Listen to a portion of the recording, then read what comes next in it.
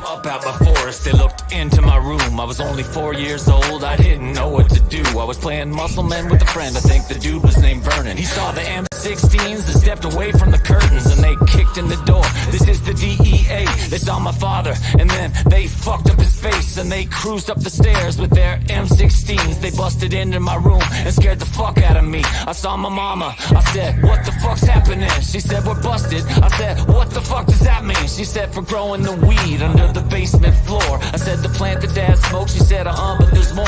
They're gonna take up our house. They're gonna take all your toys. They're gonna take away data. They're gonna put them in bars. They're gonna take all our money. They're gonna take all your cake. The next day was my birthday. I'm not being fake. These motherfuckers, they're called the DEA. They're called the CIA. They're called the NSA.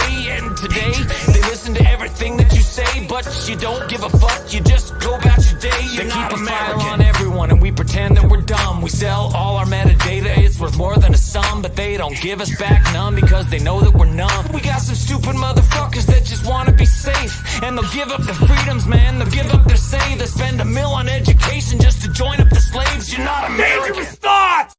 Holy shit. Now, you're not going to believe this, but listen to this. This is fucking amazing.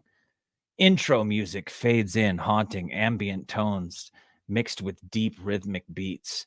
Narrator with a deep and compelling voice. Welcome to Dangerous Thoughts, the podcast that dives headfirst into the shadowy realms of reality. Exploring the edges of where most fear to tread. Here we question everything and we fear nothing. Sound effect, echoing whispers growing louder. Dangerous thoughts, dangerous thoughts, dangerous thoughts. From the mysteriousness consciousness. From the mysteries of consciousness to the unsettling truths lurking behind the facade of everyday life, we peel back the layers to reveal the raw, unfiltered essence of our existence. This is not a show for the faint of heart. This is for the brave, the curious, and those who crave possibly the uncomfortable truth. Sound effect, a single resonant chime. Ching! Join us as we embark on this journey together, pushing boundaries, shattering illusions. We are the voice in the darkness, the spark in the abyss. Prepare to expand your mind and confront the unknown. Sound effect, a deep resonant drum beat. Bum bum, bum bum, bum bum. Welcome to Dangerous Thoughts, the most provocative podcast on Earth. Are you ready to think dangerously? Let's dive in. Yeah, welcome to Dangerous Thoughts. I'm your host, Manu. That was written by ChatGPT. Isn't that fucking terrifying?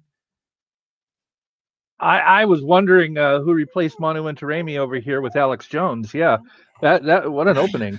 I mean, if it can't write a script and it can write that, all I said was write me the most interesting opening for the best podcast on earth about thinking dangerously, and bam, that came out. So AI, we're fucked. What happened this week? Holy shit. New opening. Oh yeah, I just did that. Hey, our little show here. This is Tyson. This is my co-host. My name's Manu Intirami. This is Dangerous Thoughts, a show watched by thousands, but not enough of you are watching on YouTube. If you fuckers are watching on @Manu at any of my social medias or whatnot, just come on. You're just look. If you're watching on X, that's like porn. That's where you go for porn. Facebook is a CIA tracking masterpiece. Instagram purchased by CIA, NSA, etc. Just help us out a little bit. Go over to YouTube, get all the fans in one place, and go to @Dangerous Thoughts and like and subscribe to the channel. If you're a real human being that appreciates the unbelievable amount of behind the scenes work that goes into a show like this, yearning to become a giant in the global interweb media podcast sphere, please, for the love of God's butt, go and watch us on YouTube @Dangerous Thoughts. Holy moly, Tyson, have you seen Reindeer by Richard Gadd on Netflix? Oh my God. No, I have not Oh. seen it. No. All right, so my producer, Cassie, tells me, you know what you got to do? We're in Colorado. You can go to these places called head shops or dispensaries or whatever, and you can buy these chocolate bars that have mushrooms in them. But you can't say, hey, where's the mushroom chocolate bars? You just have to say, hey, can I have a chocolate bar? It's fucking stupid. Anyway, they're full of mushrooms. And my producer says, hey, eat one of these and go watch Reindeer on Netflix. It'll be a great experience. Now, look, I didn't eat the mushroom chocolate bar. I did buy it, though, and put it in my freezer. Fuck you, federal government. I don't give a shit. I'm in Colorado. Come take it. I didn't eat it, but Reindeer is this really beautiful show that shows it's so honest. And I always think that good art, whether it's music or movies or painting, it's funny because Tucker Carlson said this, and I'm stealing it from Tucker Carlson, which makes me feel a little stupid. But still, Tucker Carlson said that good art comes from honesty and truth, and we're lacking a lot of honesty and truth in America today. And I thought that was quite a brilliant quote by a pretty dumb man. Fucking Tucker Carlson. But Reindeer, all about Hollywood and trying to, sell your soul for a little glimpse of fame, to tell the truth and be a stand-up comic, and then you get raped by a guy, and you're just trying to get Spoilers. and then because you're broken and you don't know your sexuality and you're all fucked up, then a stalker comes into your bar and you're like, oh, I feel sorry for her. She looks fat and boring and stupid and depressed. I'll give her a cup of tea. And then she tries to kill you. Like, heavy shit, this Reindeer show. You got to see it. You actually have to see it. Like, don't, for the love of God, unless you're really experienced on mushrooms, leave the mushrooms out of the equation and just watch the show. If you're a hallucinogenic warrior, dive in, because it's 7 hours and you'll peak right in the middle where it's like fucking heavy as shit, and then you'll learn all the beautiful human things that it teaches at the very end about abuse. And it really dives into, what it's like for people. And a lot of us have dealt with abuse. And I think it's something more people should talk about. I've just been blabbing on and on. So Trump this week, right? Showed up at the Libertarian Convention, right? Yes, and we have Allie here with us. Her camera actually just went off. There she is. Hey, Allie. Hey. So Sorry, I'm at the airport, so I'm staying off camera when I'm not talking. That's okay. So did he crash it, or was he invited? I don't know the details. We never really know when we're not involved, right? But he was either invited or he invited himself. I wouldn't be surprised if he invited himself, but it was a mutually agreed upon speech that he came to give. How'd it go for him? Honestly, I was so impressed at how well he took our heckling. And I wouldn't say heckling isn't the greatest word. Our booing. Us libertarians were very smart people. We're not falling for his BS. Yeah, you're not Philistines. So when he sits there or stands there and tells us, points the blame at inflation at Biden and talks about how great he was at inflation, we're gonna boo him because it's a flat out freaking lie, and we're not stupid people. Oh, you can say whatever you want. We don't give a shit. I know. I'm at the airport. I'm in public. Yeah. There's children around you and stuff. There are children around. But I couldn't believe he made it through that speech with us booing him as much as we did. That's not to say we aren't, again, we're smart people. When you say something we like, we're going to cheer for you. So, there were things he did say. He did agree that he was going to free Ross, which the freaking loser should have done his first time around. I believe he said it was going to do his first. Ross? Free Ross. Yeah. I don't even know what that means. See, I'm a dumb guy. Ross Albright. The guy that, no. the dark web guy with He started the Silk Road. The Silk Road Silk dude. Road. Oh, Yeah. where is he? Like Guantanamo or something? In a hole somewhere. He's in a hole somewhere for 12 years, I think. Oh man, and all he was trying to No, do he got multiple life sentences, I Yeah. believe. Wow. And all he was trying to do was give the country drugs for the most part, right? All he did was build a website. Just drugs and I mean, did they sell weapons on the Silk Road too? It was like a black market eBay that he set up. Fuck, that sounds like a dream to me. What a bummer. You know, he If called the on- Silk Road was like the mall, I'd be in there every day, just like, yeah. Well, But you know, I've never there's been there myself. probably 500 more Silk Roads out there, and no one's held accountable for it. But Ross is sitting there in jail for the rest of his life, apparently, for building a website, which is just bullshit. So he did agree to free Ross. So at this point, Biden's the only presidential candidate who hasn't agreed to pardon him. He did. Well, they bring up both suck. I mean, in my opinion, both guys are just, you know. That I love how they try to convince us that these two assholes are our only choice. It's just it's such a game. Well, it's, you know, this was my first convention that I went to ever. So it was kind of enlightening to see the party politics even within my own party that I had no idea existed. And it's just, I don't know how who's your candidate? Who's your candidate? Here, I tell people every week. I was my own candidate. Okay, I tell people every week, you vote for independence and you vote for women, and you tell every other human being on the person to do the same. Human being in the world to do the same exact thing. Vote for women and independence. Hopefully both, like an independent woman candidate. But if you can't get that, just at least get the independent. And if we could convince everybody to do that and establish ranked choice voting, then maybe we'd get somewhere. I think that's really funny because I started out, was it Friday, Saturday? I don't remember, trying to get signatures for me to get run for the Libertarian candidate. I'd vote for you. Lots of people would because I'm a woman and independent. Yeah, and just looking in your eyes, I trust you. I look in Biden's eyes, I see death. I look in Trump's eyes, I see like horrible things that I don't even want to mention. No, it's wicked. It's so wicked. It's gross. Just like sweaty balls and money and like. Well, I have to ask Ali something, and that is, you know, when you become president, are Manu and I going to get an invite to the White House? Yeah, sure. Secretary of State for me, maybe.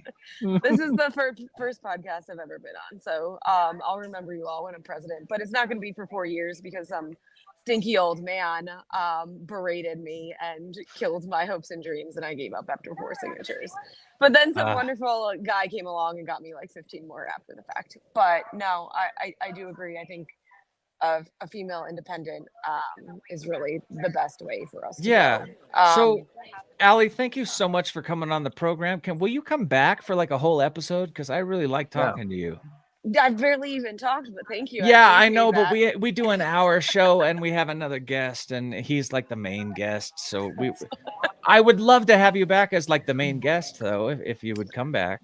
If I have enough to talk about, sure, and that it's fine. I've got a flight. I'm boarding in 10 minutes. Cool, anyway. and I hope it's not one of those fucked up planes that keep blowing, you know. Me too. Well, shit. Thank you. Yeah. For That's a really nice thing to tell somebody right before they get on a plane. Well, I've been flying a lot lately too, and shit's flying off these planes left and right, man. Like they're spending all their money on rockets. They just forgot about planes. They forgot. Ali, I think he took a nibble off that candy bar. So sorry. I don't know what to do. You'll be all right. You'll be all right. The numbers are in your favor. the Still. statistics. Yeah. Yeah.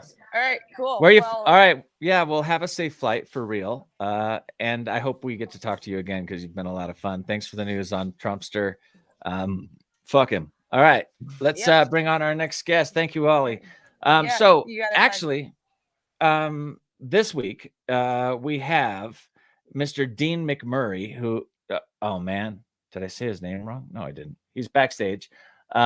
He is a parachute infantry squad leader, which is hardcore. It just all these just badass images go through my head.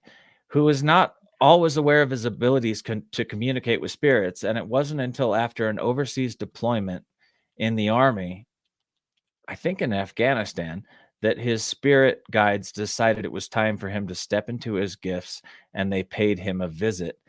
And now the man is a medium, and apparently he can do readings through the camera here. Like he can get in touch with us by reading our something. So let's bring on Dean McMurray and find out a little bit more, because I might be lying. Can you do readings right through the camera, Dean? Oh yeah, unmute your. You're muted still. There we go. There You got you to be are. smarter than the mic, evidently. Yeah. So the question was, can I do readings right through the camera? Yeah, and the person doesn't need to be in person. So when we think about energy is infinite. Energy is everywhere. And so it doesn't matter if you're in California or if I'm in the Midwest. Quantum entanglement, non-local. Yeah, absolutely. Oh yeah, I dig it. Right. Yeah. Long distance rate supply, right? Yeah. Quantum entanglement is such a cool Right. thing. Right. Absolutely. So But I Go gotta ahead. correct you one thing, Manu. So you kind of made it sound like I'm still an infantry squad leader. No. Sorry, I didn't mean to do that. And that's okay. I just want to make sure that, because I'm sure we'll have a lot of veterans watching this.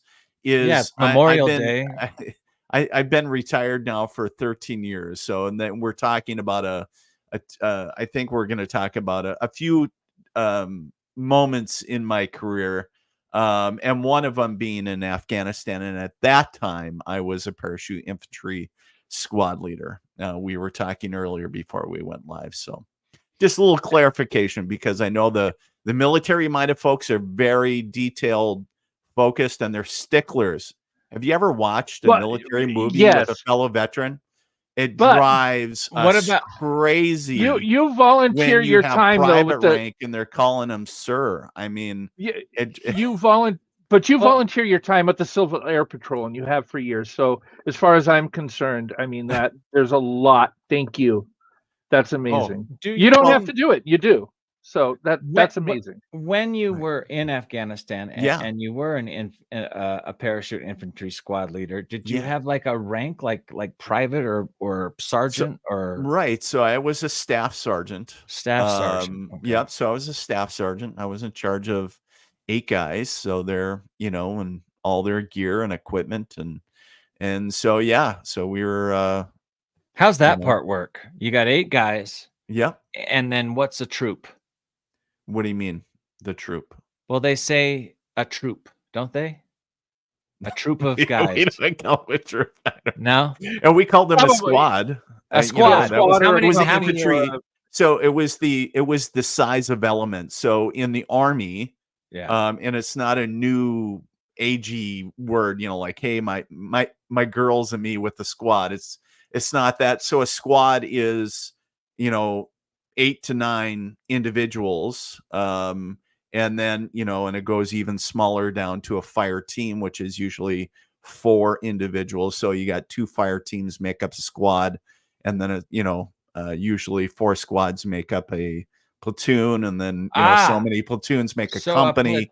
So many companies make a battalion. So these are echelons. These are organizations within that make up the Army, right? So when we talk about platoons, companies, battalions, brigades, divisions, so these are to 16 when it goes from I've always wanted to know this. I'm sorry. I'm a stickler. Now I'm being the stickler. Yeah. But it's a squad is 8, and then it's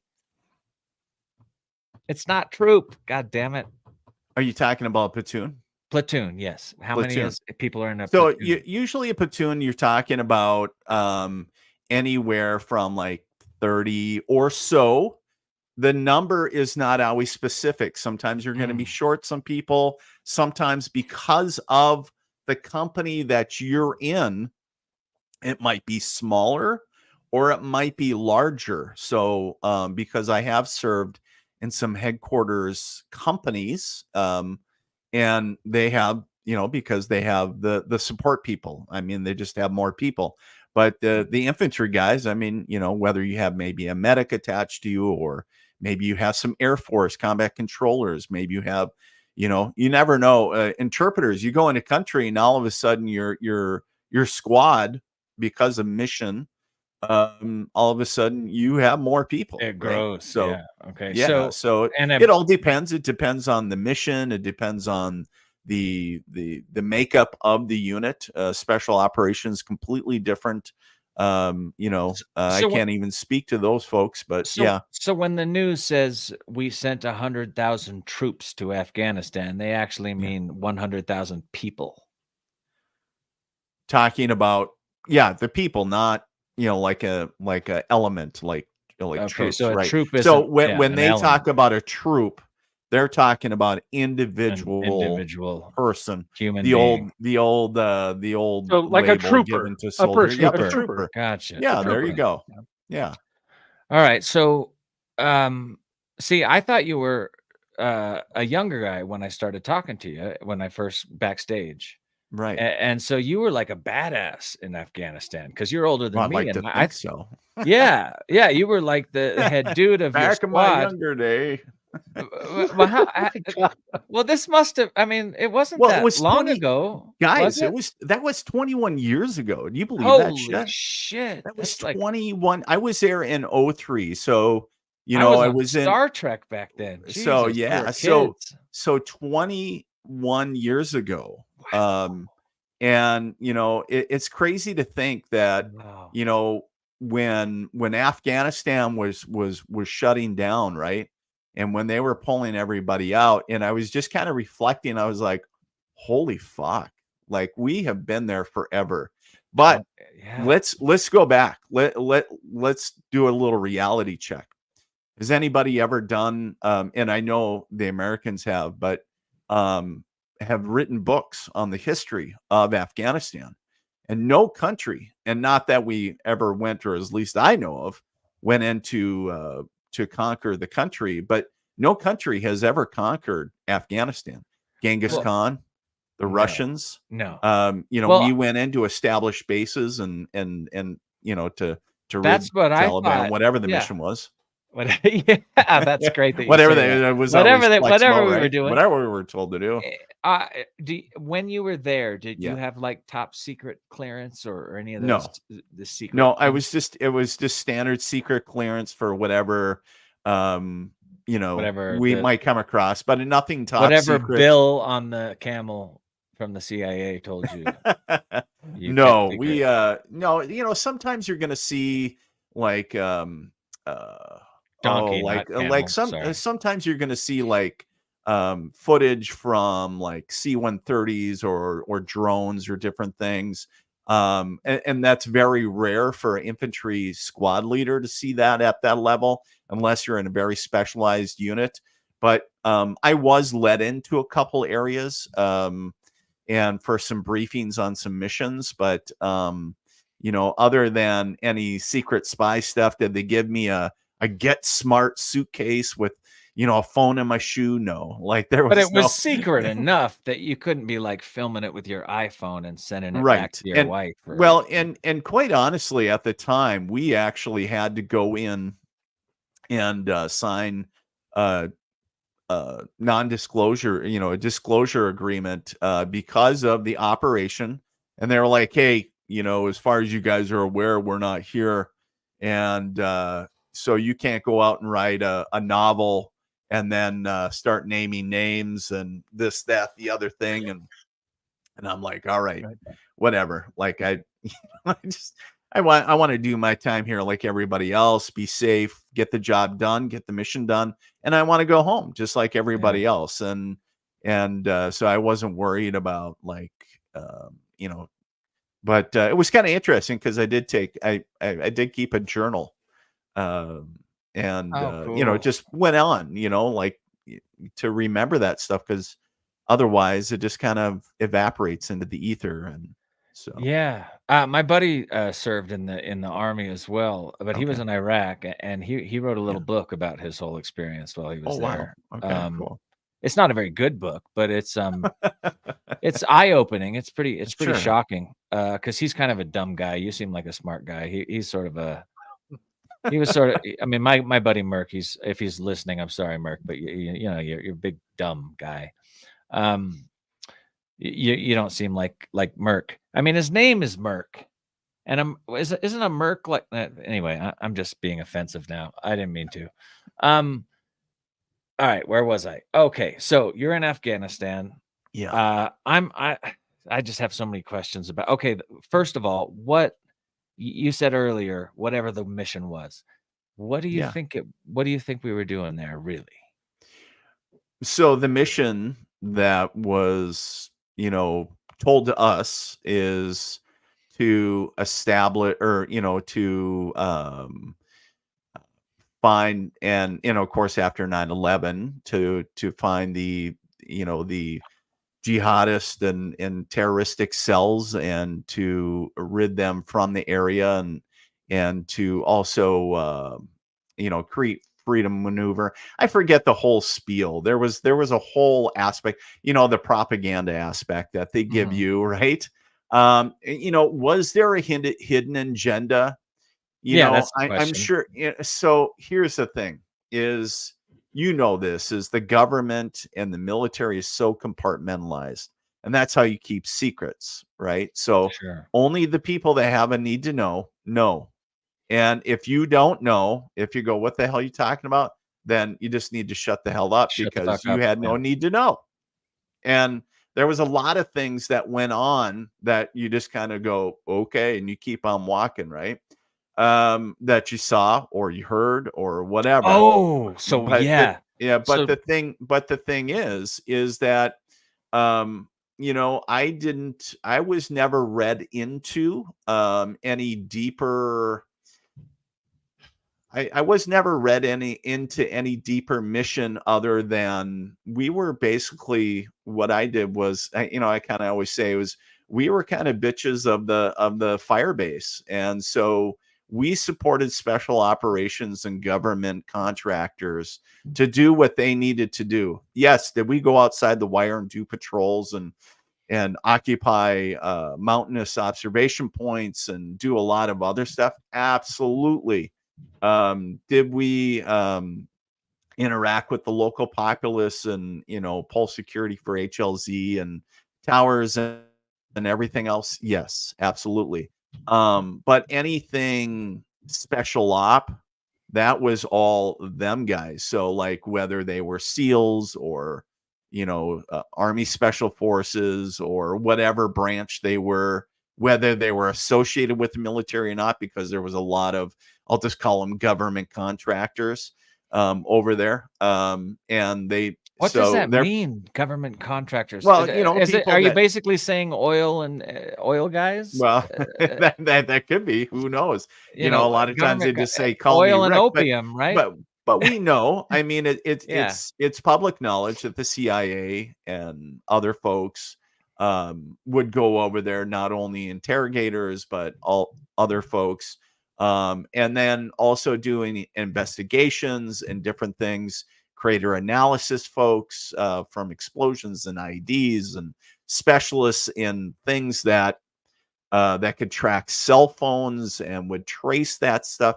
So they were working in areas of the fire base that I never saw them, unless for some weird reason we were having lobster, which only happened twice that I ever remember. And they would come out of the woodwork like, where did you come from? Like, and it's like, I've never seen you here.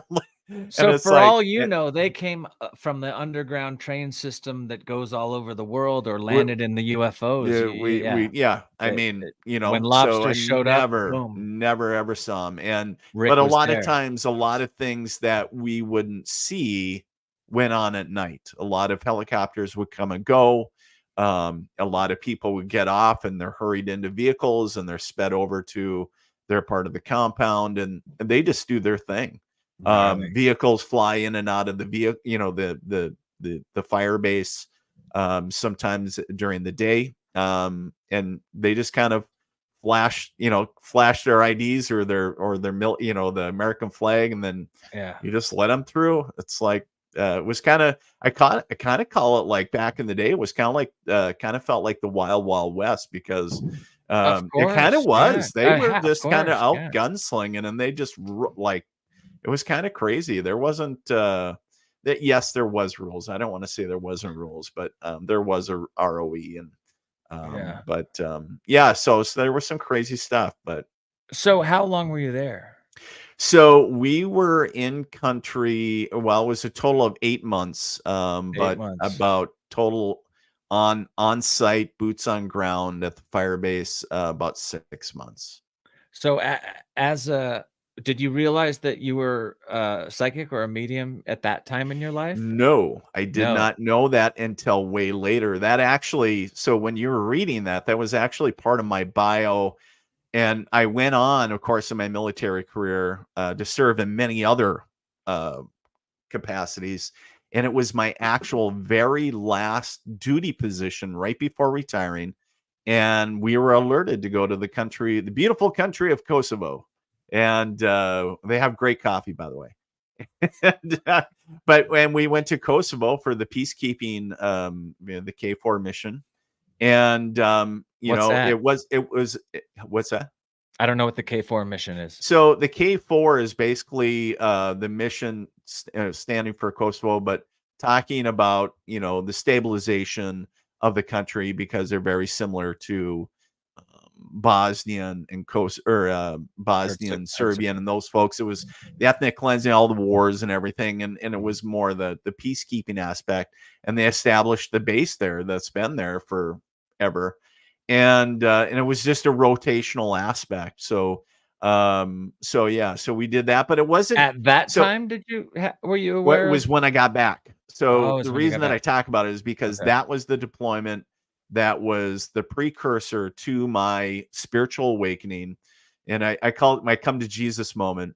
So right when I got back, my son was born, and it was like somebody, opened the gates to whatever. And it was like, hey, Dean, get your shit together, because, you need to step into your abilities as a medium. And it was my grandmother, my deceased grandmother, who came to visit me. And I was like, holy shit, like what the fuck is going on?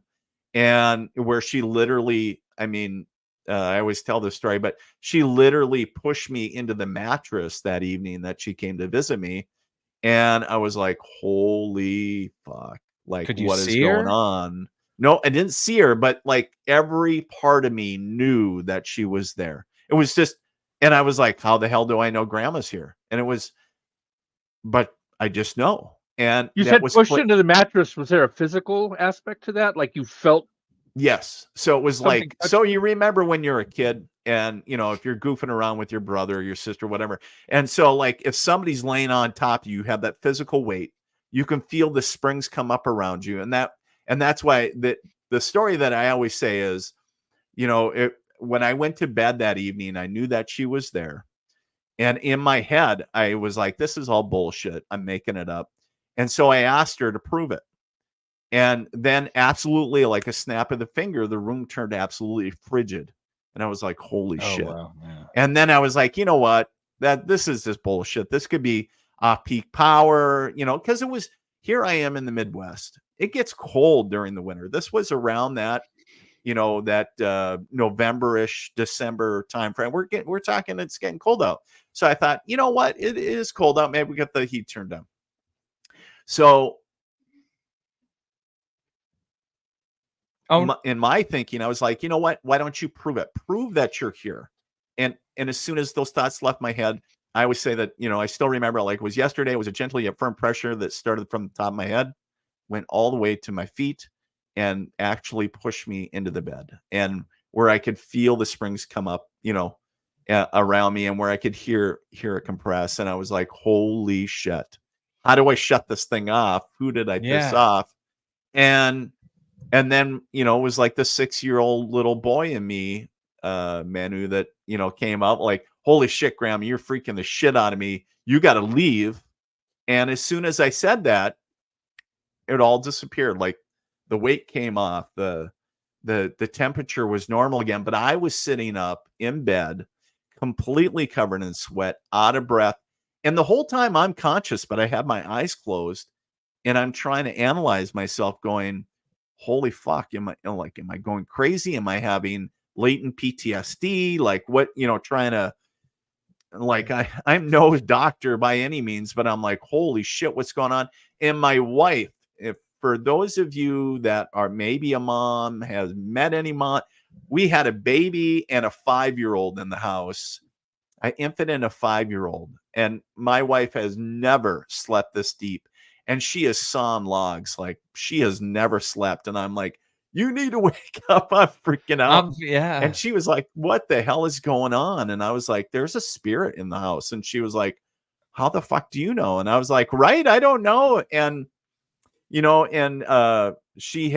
we had a psychic over to the house previous to that. And she started connecting to my deceased grandfather, who, by the way, was a World War I veteran. And I wasn't prepared at that time to connect to him. I wasn't in the mindset to hear messages. And, she was like, I was like, you need to go get a hold of that psychic chick. I was referring to the psychic as the voodoo chick. That was my joking term for her. And she doesn't so do you voodoo. were like, whatever about whatever. This like, right. yeah. Until this happened to you. Yeah. And okay. And just because sometimes you just don't believe till you have your own experience. Sure.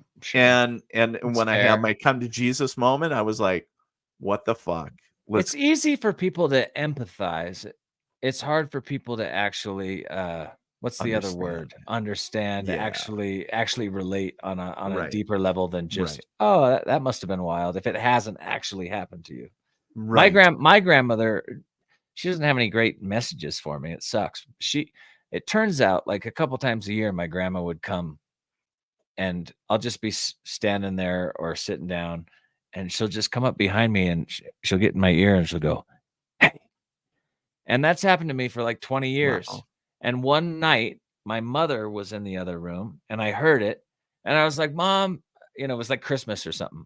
And I was like, Mom, did you just fucking hear that? Hey, what the fuck was that? And she goes, oh, don't worry about it. That's my grandma. That's your grandma. That's my mom. She does that all the time. Yeah. And I'm like, really? Because that's been happening to me for 20 years. She's like, yeah, it happens to me too. And I'll see her face over mine for a second. She'll just go, hey. And she like just gives us a little boo. Like just just to let us know that she's still around and still watching. Nice. She was an awesome, awesome woman. That's so so after the medium, I mean the psychic visits your house, after you have this experience, how's it transition to a place where you're getting actual voices or you're getting it was like happen? that. Yeah, it was kind of like a level of a game that was just unlocked without me playing the fucking game that I wasn't aware of. I was like, all of a sudden I started getting message. Literally, Manu, it was like a message machine that I was like, beep, you got a message, beep, you got a message. And I was like, got so frustrated. One day I yelled out like, I don't know how to fucking get the message. Like I knew I had a message, but I didn't know how to access them. And it was driving me nuts. Were they visions or words? No, it was like I could sense it and I could hear it.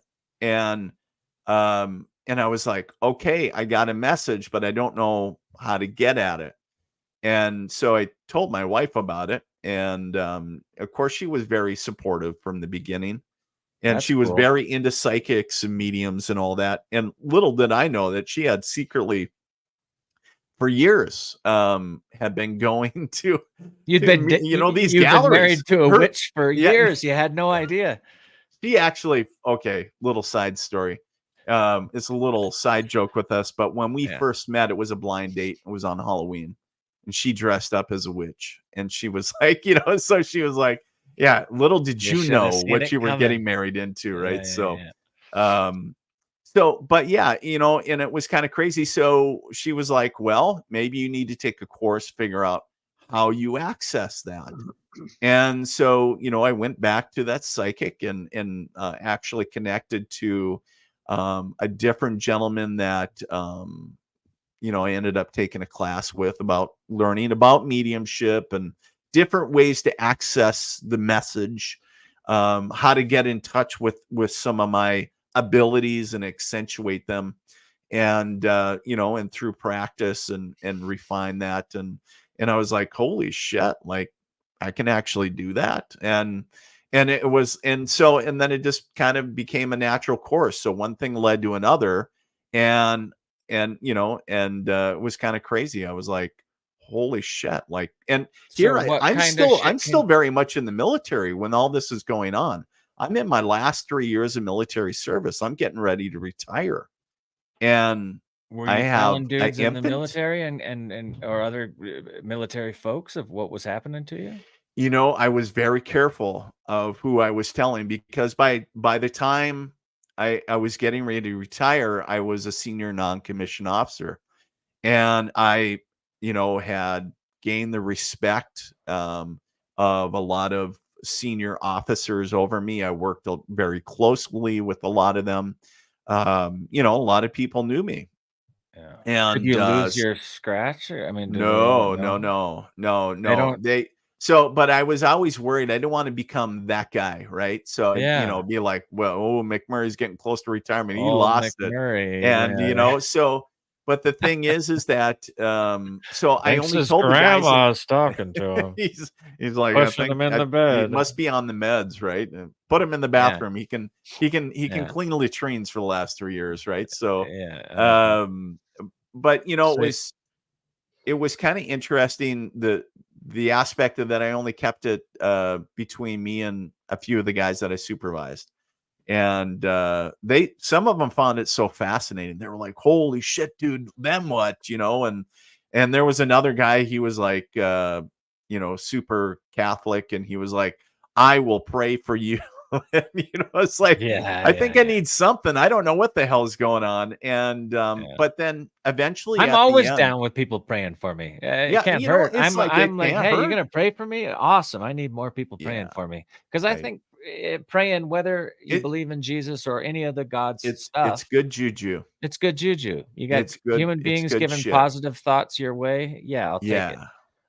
So what are some of the things that happen to you as a medium? What are some of the things that you can do, or messages that you hear? Tell me a little bit about it. That's a whole can of worms. So you're all over the but has any message come through for me?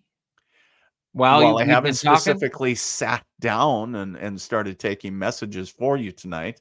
It's like, what the hell, Manu? Can we do it? Because I want to know.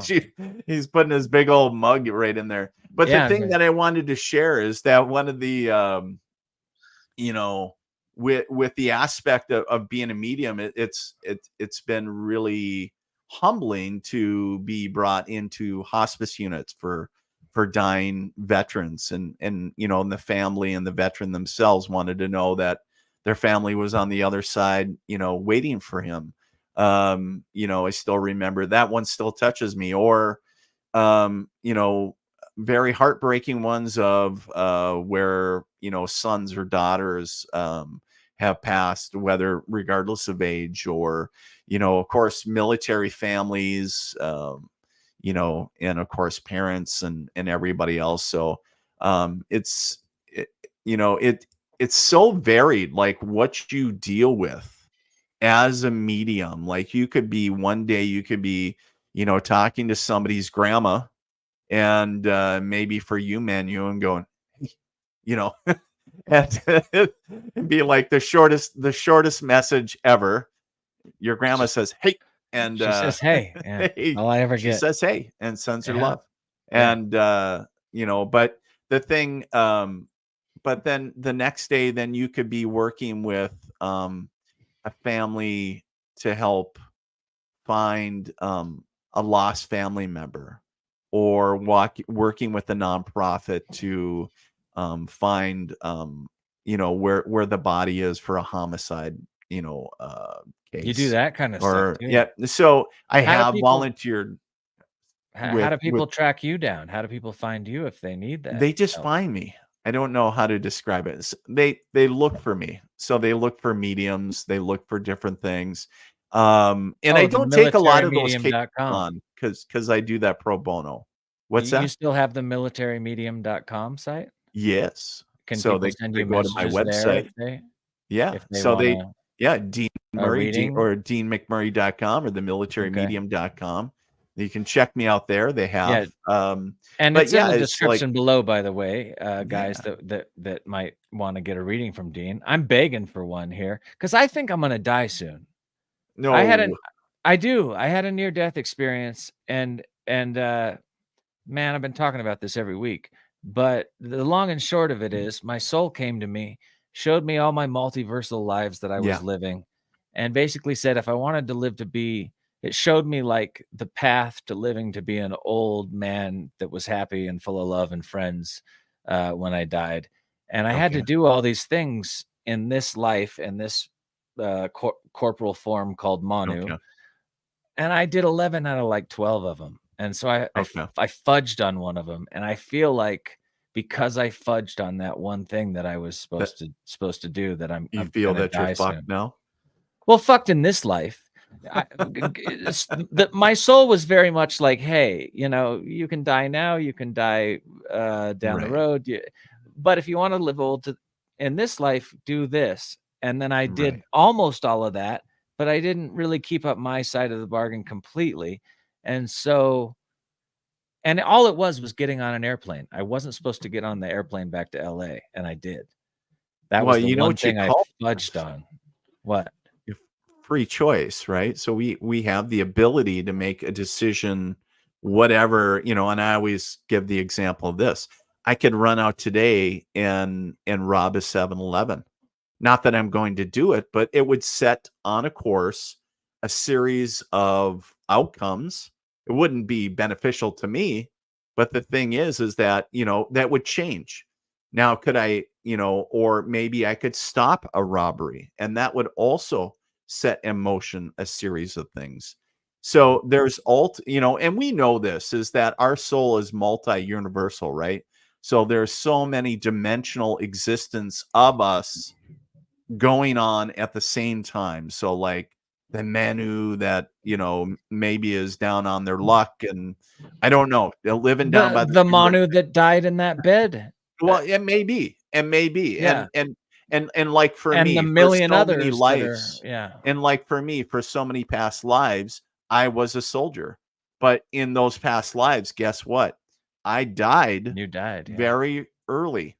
Well, I'm still kicking. And this one, So does your consciousness, fuck you, right? So kind of. I'm digging this. Is here right now, right? Yes. If my soul is existing on other planes, dimensions, etc. Yeah. Are those consciousnesses partitioned off? Like, why can't I see what I'm doing in that other universe? Well, I believe you can. Because I saw that's where people, when people train themselves, or close to death, whatever the scenario is. And I wish I had a something to give you an example with, but here we go, like a Post-it note, right? So this Post-it note is your consciousness. But if I turn it like this, you have all these dimensional existence of the Post-it note. And so they're all existing in different times and space at the same time. But then you also have the ability, whether it's through meditation, near-death experience, or whatever, to cross the boundaries of time and space to connect to your past self, your higher self, your self that died, or whatever scenario existed, right? So we think, Manu, you talk about Star Trek, for example, right? The holodeck, right? So for the Trekkie fans, all right. So you think of the holodeck, that, this reality, or whatever is created in that time. If you had thousands upon thousands of holodecks, whatever that was or is existing, then we can connect to them and learn from it. But does it particularly affect our current state of being? It can. However, if we choose to not allow it to take, and stand saying, hey, goddamn it, I'm not allowing my past, my whatever version of me is out there struggling with this to affect me in this time, in this life, in this dimension, then we can, set those boundaries. But the thing is, have I had to connect to other aspects of myself? Absolutely. And Manu, I think you talked about with your near-death experience. Yeah. Do you think you can move your consciousness to other dimensional realities? Great question. My dad talks about that all the time. He'll be like, oh, I was gonna, get in a car crash today, or something was gonna happen to me, and I needed to settle. My spirit told me to. Okay, actually, for instance, he had this really bad disease in his lungs. It was like adult onset asthma. He was gonna die like 15 years ago. I was planning on my dad's death. Son of a bitch. He should have gone. I mean, he just should have gone. Sorry. No, but I was, he's an asshole. But anyway, 15 years ago, he had this horrible disease, and he actually thinks that through focus and meditation, he moved his reality over so that his body was in a new dimension where he was healed. And he's like, I actually changed dimensions to the place where I healed myself. So where he may have came from a place where he did die, and now he's in this plane where he's alive. Yeah, and he died multiple times. I mean, sure. He what would happen is he would eat something. He was allergic to everything. So he would and it would like immediately anaphylactic shock. His lungs would fill with fluid. He'd have 20 minutes to get to the hospital, or he was dead. And so that was happening like twice a month for a couple of years. And so he did die a number of times. And then he told me that, and then all of a sudden, boom, he hasn't had any problems for like 15 years. He bought a sailboat. He went down and went around the Caribbean and lived this whole glorious life till now. And I was certain my father was going to die 15 years ago. I was like talking to my mom. He's going to die within a couple months. I mean, this can't keep happening. He's going to go. Will you move up here and take care of him? Because I was going to move back to LA, and I was like, but I'm not going to let my dad die alone. Right. But then mom was like, I'll move in. And so I was like, okay, mom will take care of it then. But then he changed. I'm a huge believer in this. Is everything starts with intention, right? And if you give something a positive intention, or you focus on something in a positive way, and you focus on it enough, you can shift. I am a firm believer in this. You can shift the energy of that. So whether it's disease, and this has been documented, obviously with your dad, but documented in other studies that people have done over the years, whether it's disease, whether it's ailments or whatever it is, right? And so where they're shifting the energy of that. And so whether you're actually going to a different dimension, to discussion whether it's dimensional change, it could be. However, let's get into the weeds of it. But the thing is shifting it from something that is a negative, or what we consider negative, that is affecting the body in a negative way, to something that eradicates it. And so, and obviously we got to take physical steps as well, but shifting the energy in a positive nature absolutely can make can move mountains, so to speak. Yeah, well, we're spiritual, physical, trifecta beings here on this, having an earthly experience. Absolutely. Absolutely. So Tyson, so the other night, you said, just last night, actually, I was having this dream, and I absolutely felt like it was one of my other dimensional realities, because I was still dating this girl that I fell in love with years ago, that I fucked the relationship up. And me and her were laying in bed, and the whole dream was me and this girl laying in bed. And then I woke up, and it was me and the girl that I'm with now, that I've been with for 11 years, Val, my heterosexual life mate. Except it was like the same fucking place. It was so weird. It was like, oh, that's not Lauren, that's Valerie. Dreams are often incongruent incongruous. Is that a word? Where Yeah. you might be dreaming of somebody who died 20 years ago, but the dream is occurring in modern day, right? And the fact that they're alive doesn't seem strange in the dream. But then you wake up and you're like, You're what? like, oh, they're dead. There's Yeah. So Yeah. Like so maybe you were experiencing one of your other realities. that's a big question, right? Right. Yeah. Where does our consciousness go when we dream? Where is the line between reality and non-reality? Your dream state might just be your soul in a different reality. I mean, who's to say that a dream world isn't more real than the waking world? I don't know. Yeah. I think everyone's had that experience.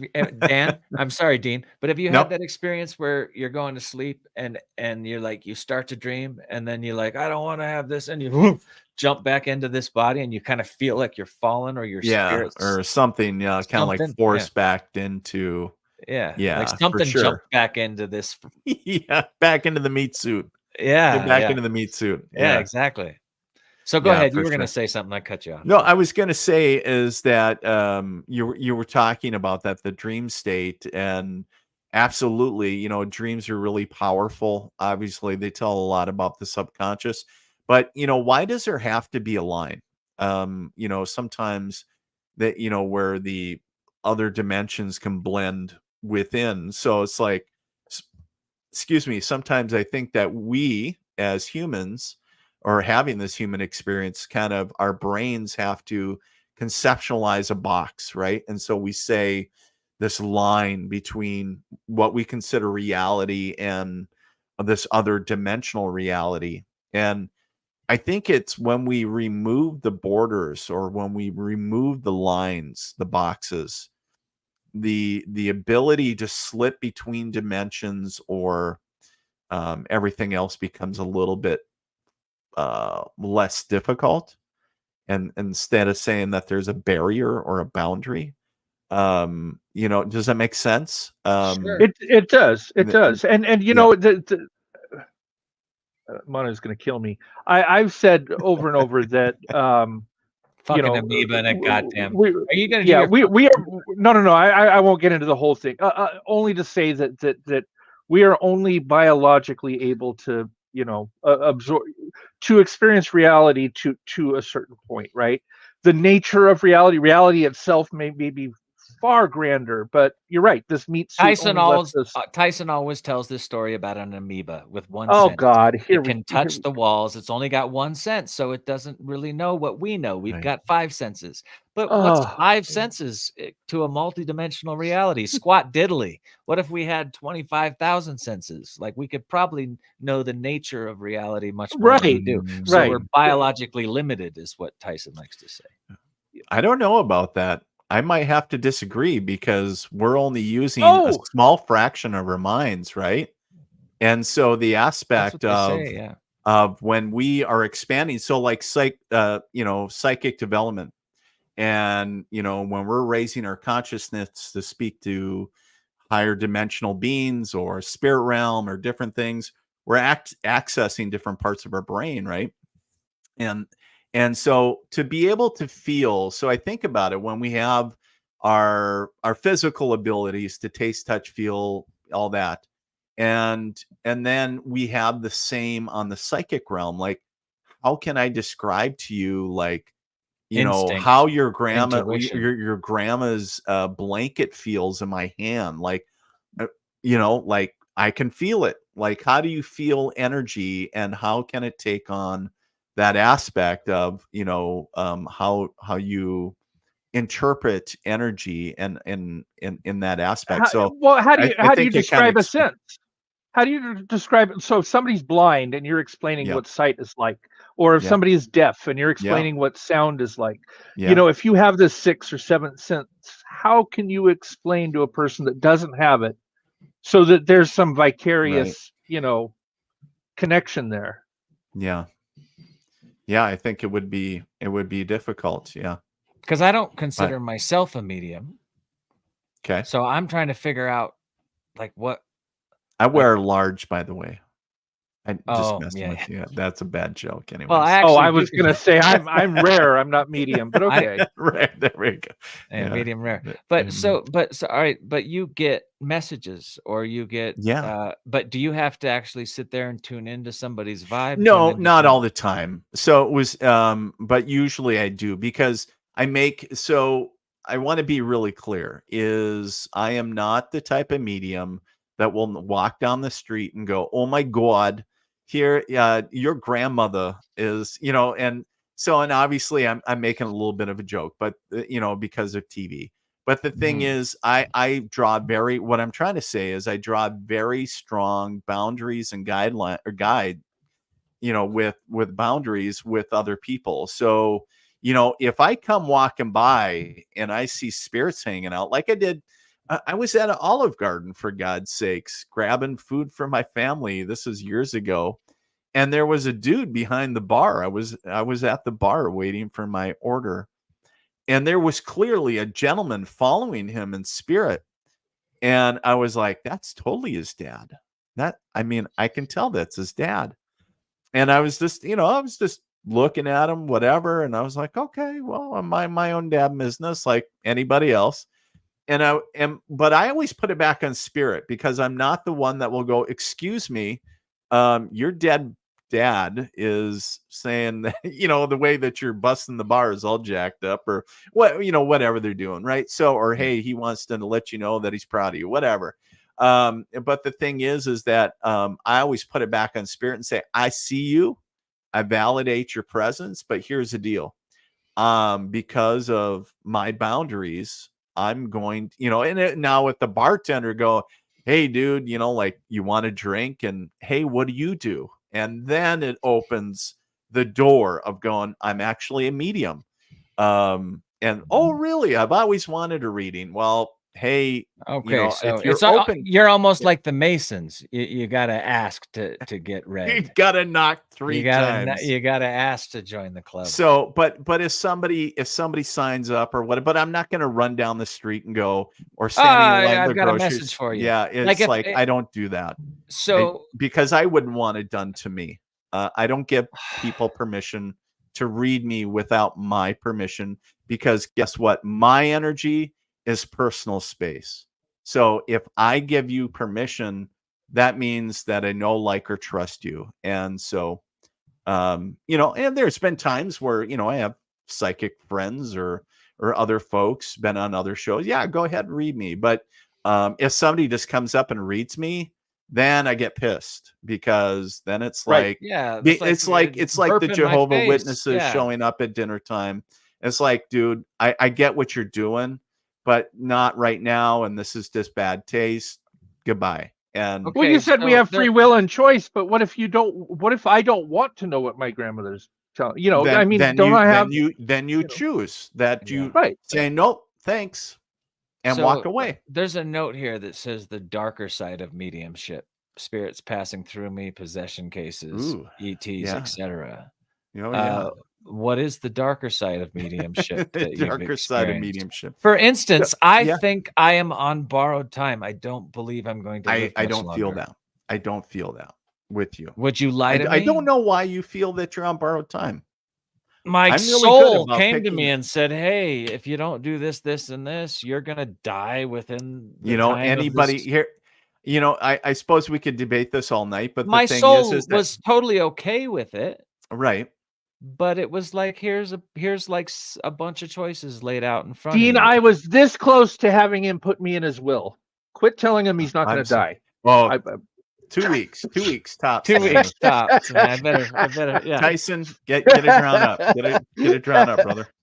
Well, we're all living on borrowed time, right? We are. Never know. And the clock started the day you were born, right? But then the real truth of it all is that life, time never ends, and our spirits are infinite. And we don't. And the truth of the matter is, we don't know what tomorrow brings. Even the best psychic, because something catastrophic could happen. You talked about the airlines, for God's sakes. Yeah. And we joke about it, but like, truthfully, don't get on the plane, know. You dumb shit. And I got on the fucking truthfully, plane. We don't know. I mean, good gracious, guys, tomorrow is Memorial Day. How many of those soldiers that we're honoring tomorrow that we honor every day didn't know that that day would have been that was going to be their last. A lot of them knew, but some of them did not, and they were just going about a normal duties as a soldier, sailor, whatever branch you were in. And so the thing is, you know, we don't know, like, could have a massive heart attack and die, or get in a car accident. You know, there's so many ways. And I don't think you'd want to know, right? Past. Because as the time got closer, you would start freaking out. You wouldn't be living the day. We lost right? it. I guess. I think he had to. Where'd you go? Yeah, right there. I stroked out for a second. You still have a little powder. But You have a then little powder. But then my soul said, wait a second. Wait a second. Show. Hang on. Yeah. But yeah, the darker side, the darker side of mediumship. You know, there is an aspect of that. Not saying that we dabble in the dark arts, but talking about but you know, when when I see first, dark things like demons sometimes or possessive sometimes spirits, there's some nasty shit out there. Yeah. So when you start dealing with you know, when you start dealing with spirits and you start getting into the weeds of things, you're gonna see some nasty shit. You're gonna see some. I hate using the word evil. It feels not only overused, but it's over. I call it negative energy because that's what it is. Yeah. And so you're going to see a lot of negative stuff, you know, and whatever that is, it can come in so many different forms, whether it's galactic or earthbound. I've dealt with a few different aspects. And so there's a lot of, you know, one of the things that you talk about, I mentioned a little bit, I think one of the stories that I had about when I was first learning how to douse a home, meaning cleanse a home. And we went into this apartment and in our area, and we could smell flesh, like burning flesh. Oh my God. And the first thing I did was, you know, being the logic, you know, part of the logical, the military part of me was I went and checked the oven because I was like, if they're fucking cooking flesh, I'm out of here. Like but it was more spiritual. There was nothing, and it was like, and it was almost like exuding evil. Like, you know, I don't like using that word, but it was like exuding that. And I was like, you know, this shit doesn't scare me. I was like, fuck you. And, you know, and kind of that, and so one of the things we were doing the cleansing of the space, and it was getting better and better and better. And it was an older building, and it was built really funky. And there was this closet that I noticed that we had missed. And I opened up this closet, and it actually went at a 45. It looked like a pie shaped. And so you had to go way into this closet. And I was like, hey, is there anything that needed to be cleansed in here? And it was just like, you know, and I had my dowsing rods at the time, and these things whipped back, and it was almost like I could feel wind, but there was no wind. So if you think of almost like if we could take a scene from Ghostbusters, right? And like that's exact. I'm psychic. I totally knew you were going to say that. And, I pictured the girl in the library, it was like going, but the thing was I didn't see anything, but I could feel things go through me. Went that way. It went back like this. So because it was giving me a yes, and so it kind of whipped back, you know, to the left and right, and it. You know, and I could feel multiple things go through me, and it was like it was taking my breath every time. And the instructor who was with us, she was like, Dean, what's going on? And I was like, I think there's something going through me. Like I didn't know what the fuck was going on. And she was like, you know, you need to step the fuck away right now. And she had a vortex, a positive vortex going, and you think of kind of like a interdimensional Hoover going, and so all the negative entities and earthbound shit was getting sucked up in that. And it was kind of crazy because that was the only time that I ever had something take my breath away or go through me like that. And I was whoa. I think I'm a little bit of a medium, because when you told that story, I vicariously experienced it. I did. I just felt that. I don't know. I would say if it that just you're told a good empathic, story, Manu. or I would say that you're woof. very empathic. Like, yeah, I felt that. Yeah. That was gnarly. Yeah. So, yeah, empathic people tend to feel more deeply. Like you can even feel before I say the words. So it's like almost you're reading the energy of and almost interpreting or feeling that within your body prior to the story because it's already projected out, right? And so, yeah, so that's very cool. Did you know that you had those abilities? I've had a weird life, so yeah. I mean, On or off drugs? No. both. I mean, I've done every drug in the book. Sure. But lots of hallucinogens. I'm a hallucinogenic warrior. But off of drugs also, but my life's been strange. I've seen ghosts, I've seen aliens, I have no fucking idea what reality is. I've had my own soul come to me and show me the storybook of my multiversal existence in a near-death experience. I've had all sorts of strange shit happen to me. So yeah, I mean, I've always felt like maybe I was more I don't know what the word you used, empath? Like I could feel, Empathic. that maybe I felt things a little bit stronger than some other folks. In my true belief, I know there's people out there that disagree with me, but my true belief is that we have all of these abilities.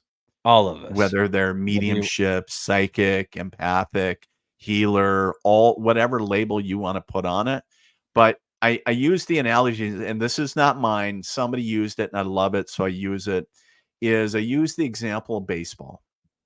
And the analogy is this, is that almost, not quite everybody, but almost everybody has played baseball at some point in their life.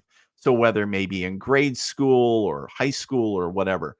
So everybody has the ability to play baseball. But it depends up to you what level you want to play at. Do you want to play the pickup game in the backyard? Do you want to play at school? Do you want to play in college? Do you want to play collegiate? What level do you want to plug into this thing at? And so the aspect of psychic awareness, whatever you want to call it, I give it a holistic lifestyle umbrella because there's so many labels that go into all of this. It's like call it the psychic soup, right? So whether you're empathic, whether you're a medium or a healer or whatever, dealing with telekinesis, or you're dealing with all kinds of different things, is it kind of boils down to this: you're interacting with energy at some level, whether that energy is negative or whether that energy is positive. And the people that are able to read or get messages are able to interpret the energy and basically are linguists, and able to put that into our language so we can understand, what grandma or crazy Uncle Jed had to say, or what their message is or whatever that is. And maybe it's something from our galactic friends. I have You keep clients saying that.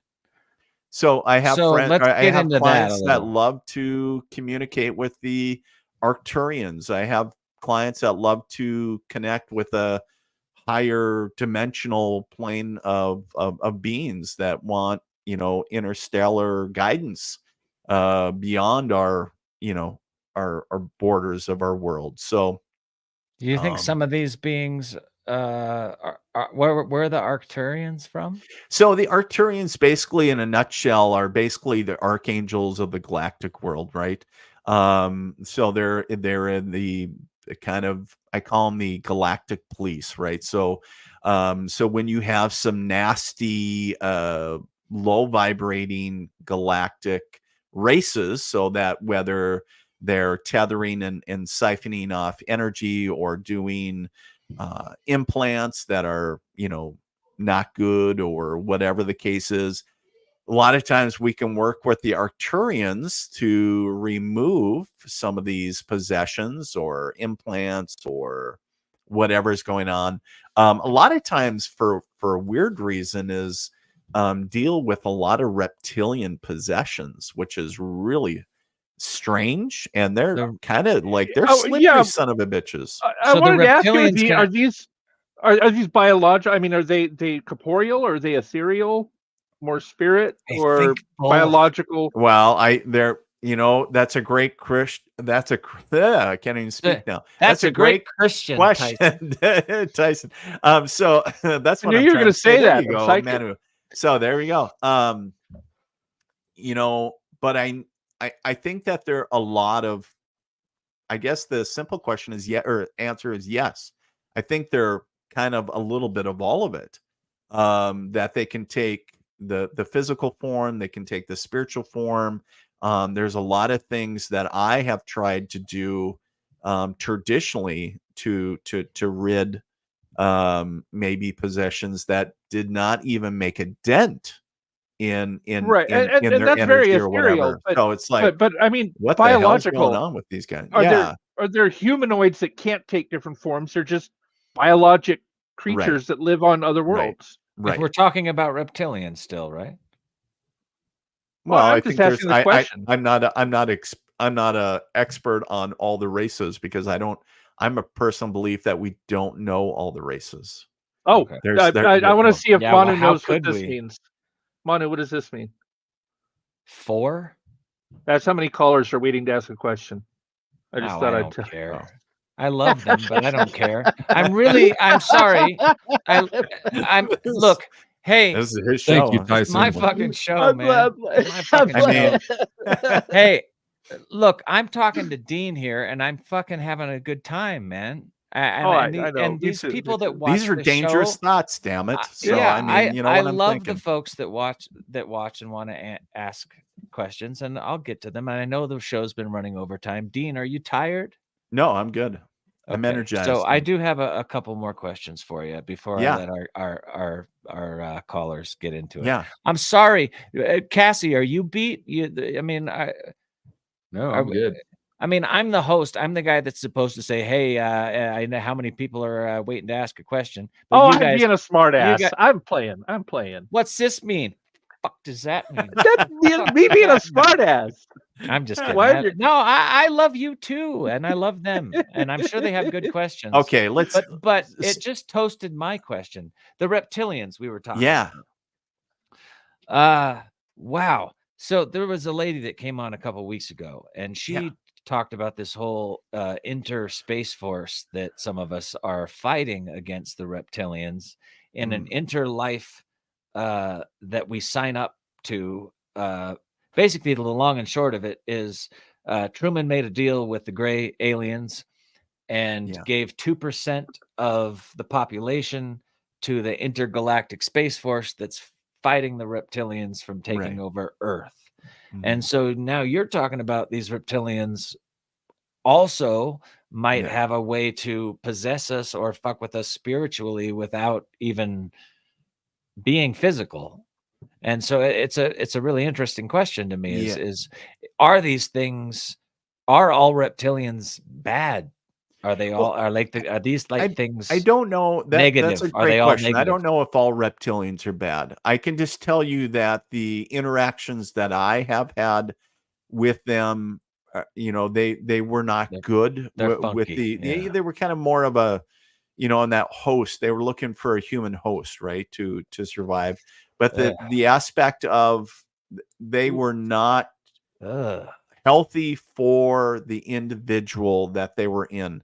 And I think that might be because of the energy and everything else. But I can tell you what, when you see somebody's pupils, and we can all see each other's eyes. I mean, when those fuckers turn, reptilian and then go back, it's like cat eyes. Yeah. And I was like, this way. Yeah. And I was like, whoa. And I was like, I saw that. And I was like, okay. So yeah, that's a whole How do you get rid of them? Because I feel like I'm loaded with bad shit. Why do you always go to the negative? You're gonna die. You're full of bad shit. It's like, I'm a Taurus, I guess. I'm just full of self-doubt. Really, I've got a lot of love and beautiful stuff inside me too. It's just that I do feel like there's some icky shit running around in me. There's always icky shit. How do you know if it's a reptilian and it's siphoning off of you? And if so, how do you get rid of it? Well, I think the biggest thing is that if first off to be aware that you're just being affected in some way, right? And so that is not medical or whatever. You're ruling out, most people rule out like all the normal logical shit. The Xanax, yeah, Cymbalta. Right. Well, and I think a lot of people, they go to the doctor and the doctor is like, you're fine, you're healthy, whatever. And I'm on the Cymbalta now, by the way. So that's another demon running around in my veins. There you go. Yeah. But I would share is that out. Well, when you rule out the logical and you start thinking, well, is it an individual in my life, physically in my life? Because we can have those also physically energy vampire within our life that's very toxic, that's draining us. Or is this something galactic? And I think for either, regardless, whether it's a physical, maybe a friend, a lover, whomever, it doesn't matter who they are, that is so draining and toxic to us, I would treat them the same as I would something that is negative as something galactic. And first and foremost, making that intention of not always going, well, I have something wrong with me, of going, no, this ends today. This stops now. And I know it sounds cliche, but taking your energy back, so many people get in, and it kind of fires me up a little bit, because so many people get into the victim mentality and they get scared, and they get in the cycle of going, oh my God, there's something wrong with me. And it's like, how about we focus on what's going right and what we want to fix instead of what is wrong. And so so we go through a series of things. If it's galactic, then we bring in the Arcturians. If it's somebody physically in your life, then you ultimately have the decision to make, right? Of are you going to continue staying around the individual? Maybe it's a spouse, maybe it's a sister, brother, maybe it's a lover, maybe it's Tyson, a boss. that little fart on your bed behind you is a good spirit around you, man. Oh, yeah, he's taking care of my little doggy. Man. All right, Yeah. so wait My a little second. dog. So at the top of the show, I talked about this show called Reindeer that's on Netflix. Yeah. And it's all about the cycle of abuse. And the wild thing about the show is that this guy gets abused, and then he gets stalked because he has empathy for this stalker. Yeah. Because she's been abused. Oh. And after all this healing, at the very end of the show, he finds himself in the same place as she was when she met him. Like she comes into his bar and he offers her a free cup of tea because she looks down and out, and she just goes and sucks onto him, right? It takes like 6 years of his fucking life and just sucks him up. And then he kind of gets through it all, but then he walks into this bar at the end of episode 7, and he sits down at this table and he looks up, and like, you've gotten to know this guy, you've gotten to love him. And this bartender goes, hey, can I get you something on the house? And he's like, yeah, Diet Coke, which is the same thing that she orders. So this cycle of abuse, I can relate to this big time because my wife has been abused big time. She's got PTSD. You mentioned PTSD earlier. PTSD. Yeah. How do we heal when we have toxic relationships, but we empathize with, I love my wife so much. I know why she is the way she is, but she takes a lot of my energy, and I'm always telling her, you fucking energy vampire, knock it the fuck off. That's helpful. Well, yeah, I'm not so good either because I've been abused too, Right. and so I'm wondering, like, Yeah. how besides just seeing toxic people for what they are and steering clear of them, which I don't think is good for the whole amoeba that we are as humans. Yeah.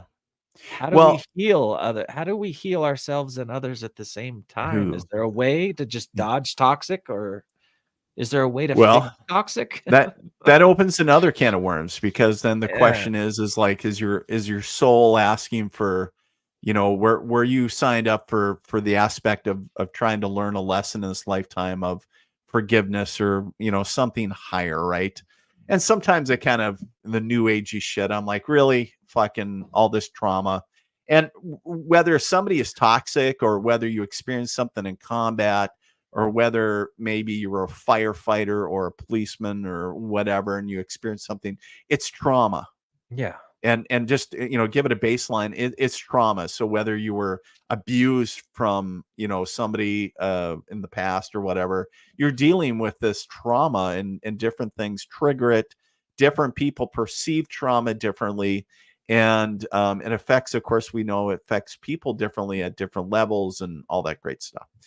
Is there a way through it? I believe there is. And first and foremost, like, when you're dealing with or living with somebody with trauma, I think as a caregiver, you have to set boundaries with, if say, like, you said you love your wife, but that it's so draining. It is. I mean, just to be really honest, she's anybody exhausting. that deals, and it is, because we care so much. Yeah. And again, I will say, because empaths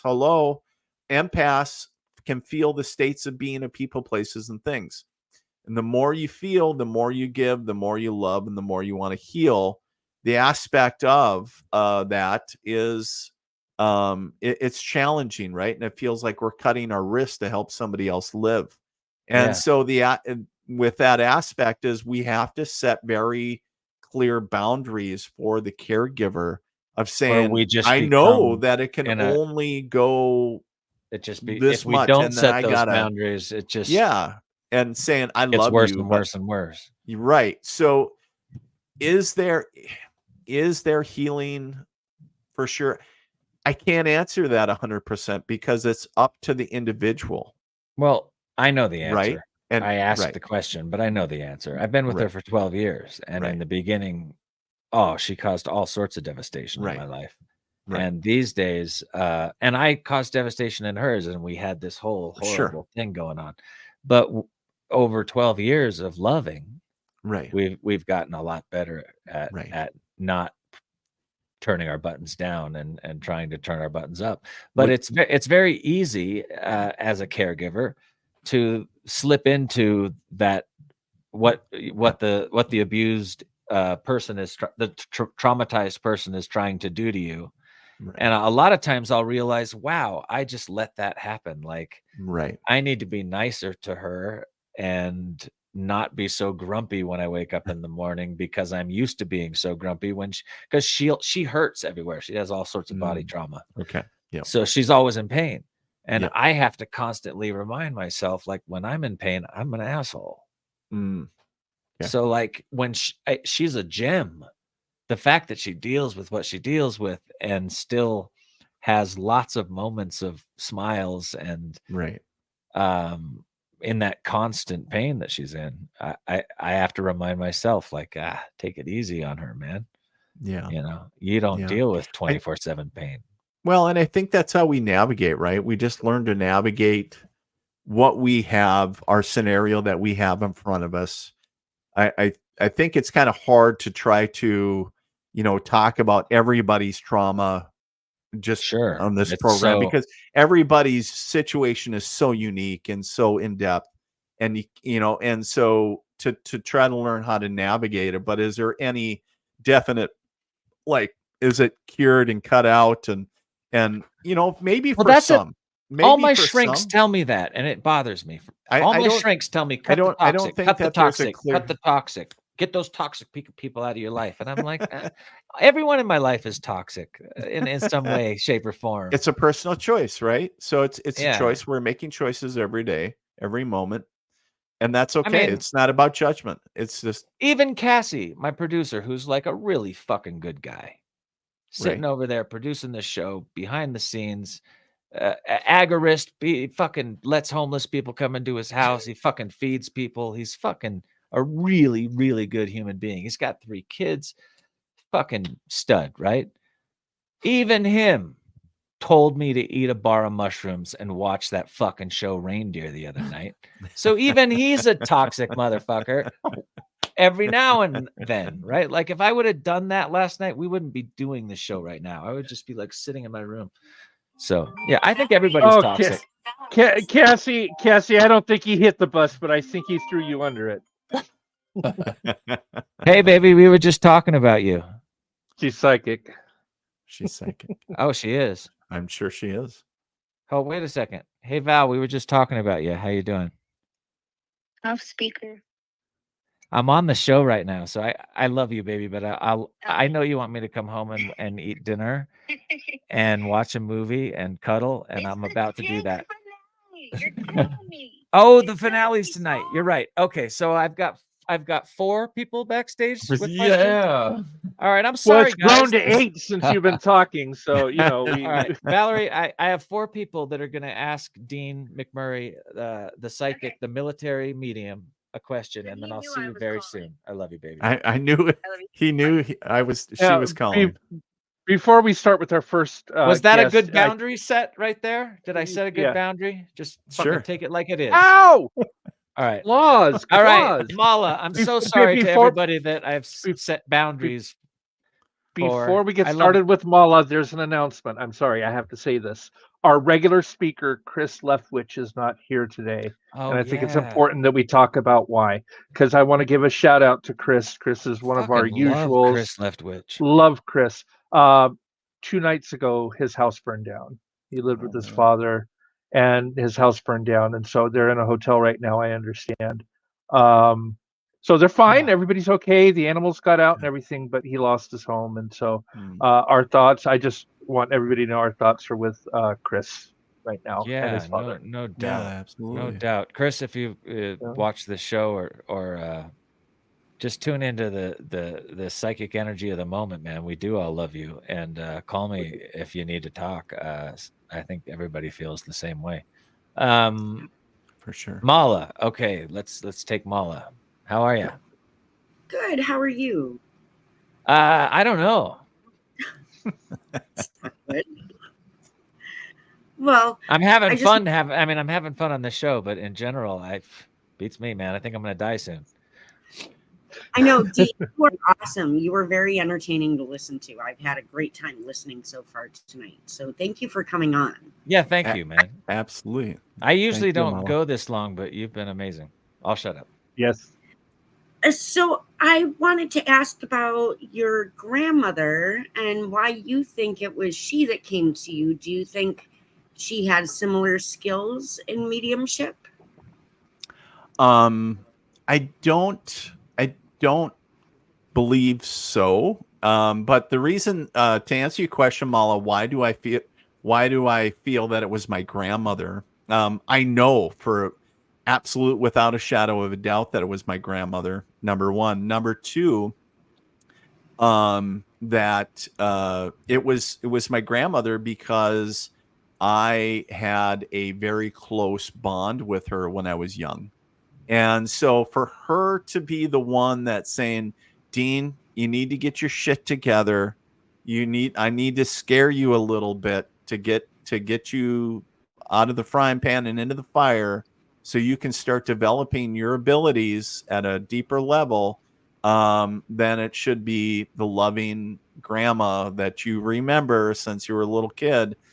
Because I knew that grandma would never hurt me. And that was the thing, I always think of grandma being, very loving. Here's a cookie and all that great stuff. So it was always very comforting, but the experience was very like, holy shit, like grandma, you died back in when I was 13, back in the 80s. Like, what the fuck? Like, so to conceptualize, like, how am I experiencing this?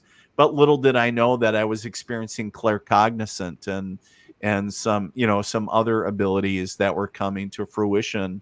And she was helping deliver. She was my messenger that evening. Your grandmother or my grandmother? Oh, okay. Yeah. Who's claircognizant? Claircognizance is clear knowing. So when you just know something, it comes to you without rational explanation. You know in your bones that is the no shit answer. That is claircognizance. Got it. So that is a knowing from a higher plane of existence. So. And I had one other question before I'll defer to the next person. Fucking die. I fucking know it real soon. God damn it. Stop that, Sorry. Manu. I just am. I'm not going to live to be an old man. I just know this. Mala, get in on the will. I'm sorry. Go ahead. I just want hugs. I'm just here for hugs. But the other question I had was, what type of research did you do? Like, are there any books you would recommend or that you felt helped you specifically? Yeah, I actually consumed a ton of books and watched a bunch of stuff. So the first book that I recommended to me was a book by John Edwards called The Infinite Quest. And Leftwich just said hi. So say that book title again. I'm sorry. So The Infinite Quest by John Edwards. And so it talks about the boundaries, and it was one of the most frustrating books that I've ever read. It wasn't because it was bad, but it kept on asking me why I want to be a medium. And every time I got to it, I was like, I fucking don't, and I'd throw it across the room. And it was actually recommended to me to read by that psychic chick, the voodoo chick, right? And I was like, I read your fucking book. I was like, that thing pissed me off more because I didn't want to be a medium. I wasn't looking to be a medium. That used to have the show that was like, there's a D, there's a D, there's a M. Yeah. Why? Wasn't that him? Yeah, John Edwards. Yep. John I Edwards. remember that show. Yep. So he was just here in Fargo, a month or two ago. Oh, he does like room readings. So yeah, galleries. Yep. So public. I could see how he could piss you off. He's a little annoying. Well, no, the book wasn't annoying, but it was because it was challenging me. Yeah. And that's what was pissed off to me. That's what always is annoying when things challenge you. Right. So it was a good reflection. Yeah. But looking back on it. But Mala was asking, like, what did I read? So I did that. I read anything by James Van Praagh, great novelist. And about his experience. And then also, oh, good Lord, I can't even remember her name, but Shirley MacLaine? No. Oh, man. I can't even remember. Another well-known female medium, but I read a lot of her books as well. Good Lord. Sylvia Brown. Sylvia Plath. It was not. You could read any of those, but it wasn't those. But the thing that I would share is that, go, listen to your intuition, go with your gut, see who you resonate with. And obviously everybody writes different books. And of course, Tyler Henry's out there now and everything else. So that kid is wild. That's the kid that scribbles, right? It's a scribbles. Yeah. Yeah. He's wild. So, yeah. He's pretty amazing. So there's a lot of cool mediums out there that do things a little bit different. And but getting a date with Tyler Henry is probably pretty tricky. I don't know. I mean, he's got like a list, like 100,000. You should reach out to his publicist. I should. Yeah, that's a good idea. There you go. Have your people get a hold of his agent. If he's a real psychic, he'll know you're trying to contact him. There you go. He's got people. Tyson knows. Yeah. See? Do you live with? What does your dad do, Dean? My dad's dead. What did he do? What did he do? He worked in a mill and then a paper mill, and then before that, he worked many years in the Canadian Armed Forces. Oh wow! Yeah, my dad was Canadian Air Force. What's a crody? A Crody? Is that a bad name for a Canadian? A Crody? I have no. A Crody. I never heard of no that. idea. I was just listening to the Drake, rap battle, and Drake is from Canada, and the other rappers calling him a Crody all the time. So I've never heard that term. Never heard it either. Crody. And maybe and there's a lot of new age terms too that I'm not familiar with, but I have a sister that currently lives there. When she comes for Canada's fun. I like Canada. Canada is a great time. Beautiful country. It has its moments. Yeah, it's its moments. It does. The fries and the poutine. Yeah. Yeah. Oh yeah. Good stuff. Touching. Bleh. Sorry. Ketchup flavored potato chips, right? All the weird stuff that you can't get in the States. Yeah. So disturbing. It's so weird. Right. I'm very sheltered eating wise. Sorry.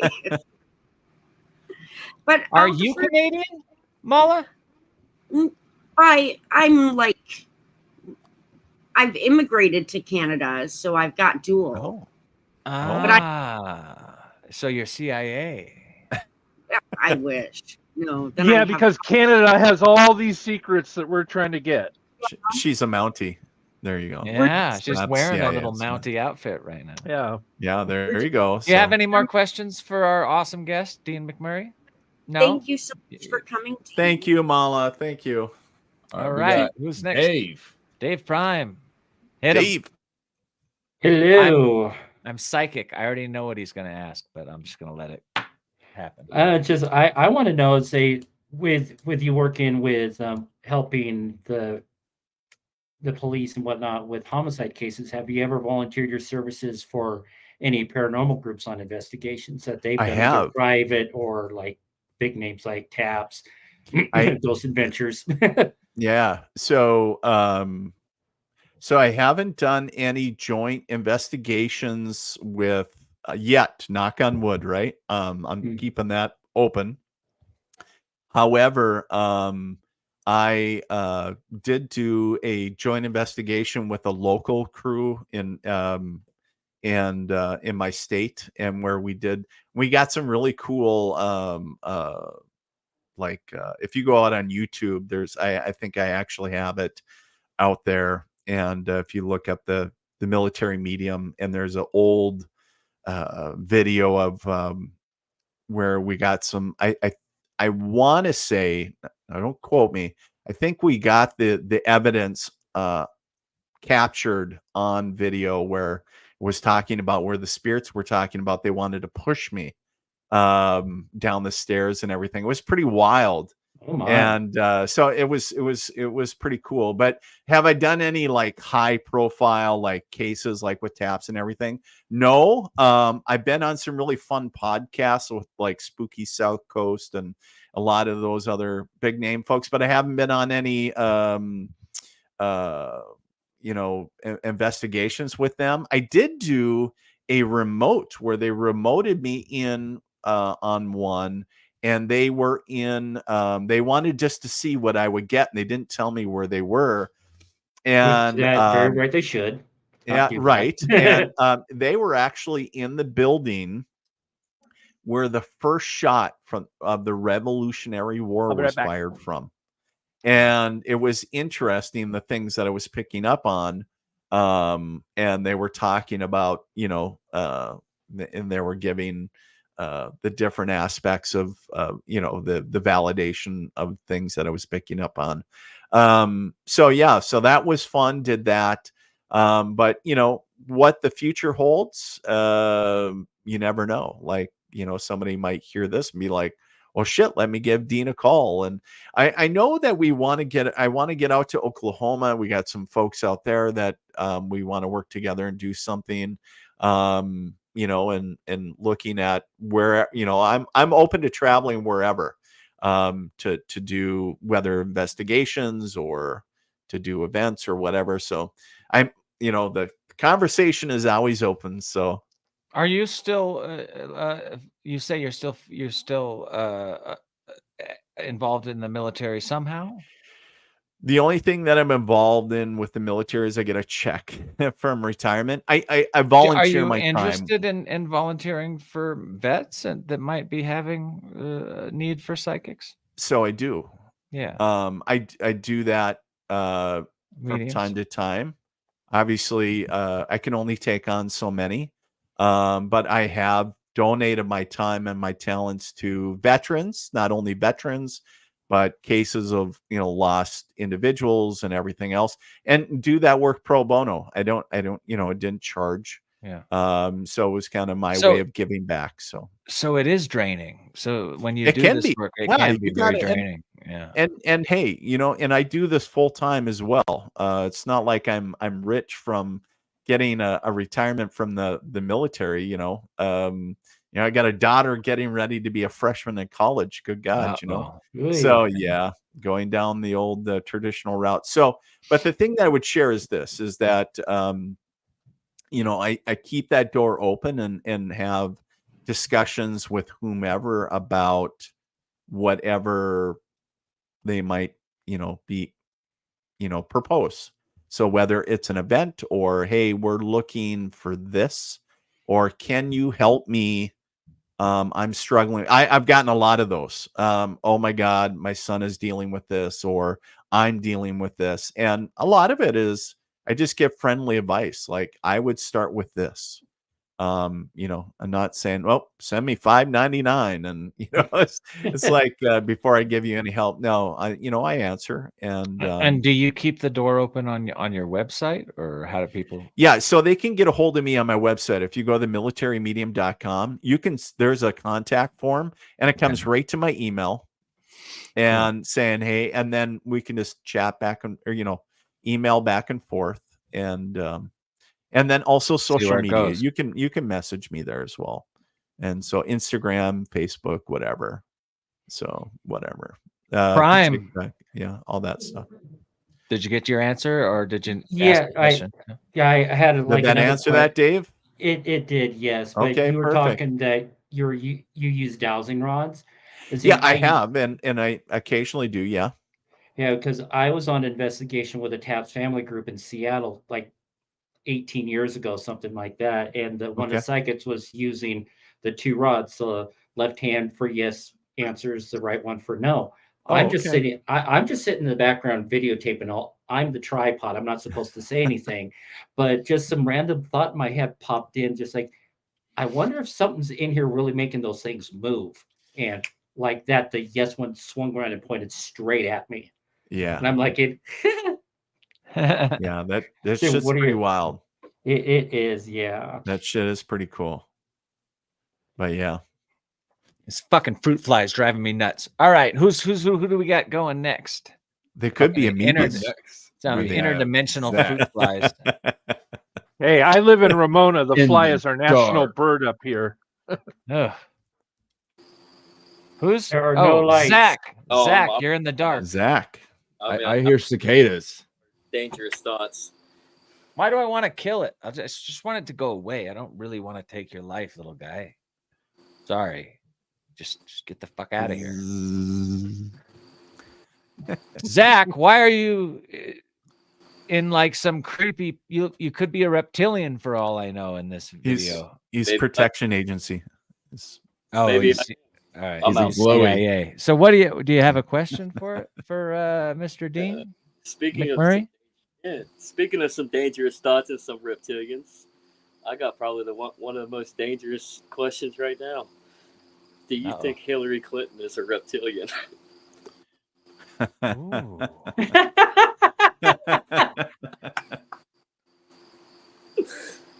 Yes, next question. Yeah, I think so. But Dean, I don't know. Now you want me to go missing, don't you? Yeah, right. I'll be the one. Get him on a list. It's like, how did I get on a list of people that know me? I'd probably be the one on the list. I asked the question. No. It wouldn't surprise me if we have a lot of upper government folks that are being possessed well beyond their knowledge, or maybe they are aware of it. But as far as her specifically, I don't know. Yeah. But I wouldn't. I mean, if something came out with her, like, hell yeah, she is. I guess it wouldn't surprise me and be like, yeah, you know, it's like, yeah, makes sense. Yeah. So Well, here's that's Zach. Here's something I know from just being in Hollywood, right? The CIA and the alphabet organizations and the deep state are very, very involved in Hollywood, and they have been since the beginning. And They Live came out like 30 years ago or something. You ever see They Live with Rowdy Piper? Is that the one with the glasses where they put on the He glasses? puts on the glasses and he can see the elites are all oh alien. yeah. And the dollar bills say they, the magazines will say marry and reproduce, and everybody's under the control of the elite dollar and the almighty dollar and the elites. I think that very, very much is them letting us know what the fuck is up in their own little way. So I wouldn't be surprised either. Yeah. If I mean, it's interesting just because like everything that's going on and around the world today, it's like it kind of makes you wonder, like, you'd have to, if you were in charge, you'd have to be fucked up. Something would have. I mean, there's so much icky around. Yeah. Yeah. A lot of dark energy, a lot of negative stuff. And so yeah, wouldn't surprise me at all if they're under the influence of that and the elite, the world elite, or whatever you want to call them. Yeah. I like stuff. I just don't know how you could be a human and have $190 billion and not give half of that back to society in some way. You'd have to be under the influence of some kind of darkness. That's my opinion. But anyway, was that the only question, Zach, or you got one? Yeah, no, that was it. All right, nice to see you, man. Hillary is Bill, absolutely, no doubt. Either that or they're just gangsters. One or the other. Do you think Elon Musk uses coupons? I'm just curious. Coupons? Oh, for sure he does. For sure he does. 2 for 1. Right? Yeah. He don't use coupons. Elon uses Groupons. Groupons. I think we have one more speaker.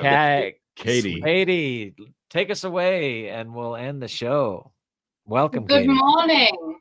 Good I have morning. 2 questions for Dean. The first one is, you mentioned earlier about closing yourself down.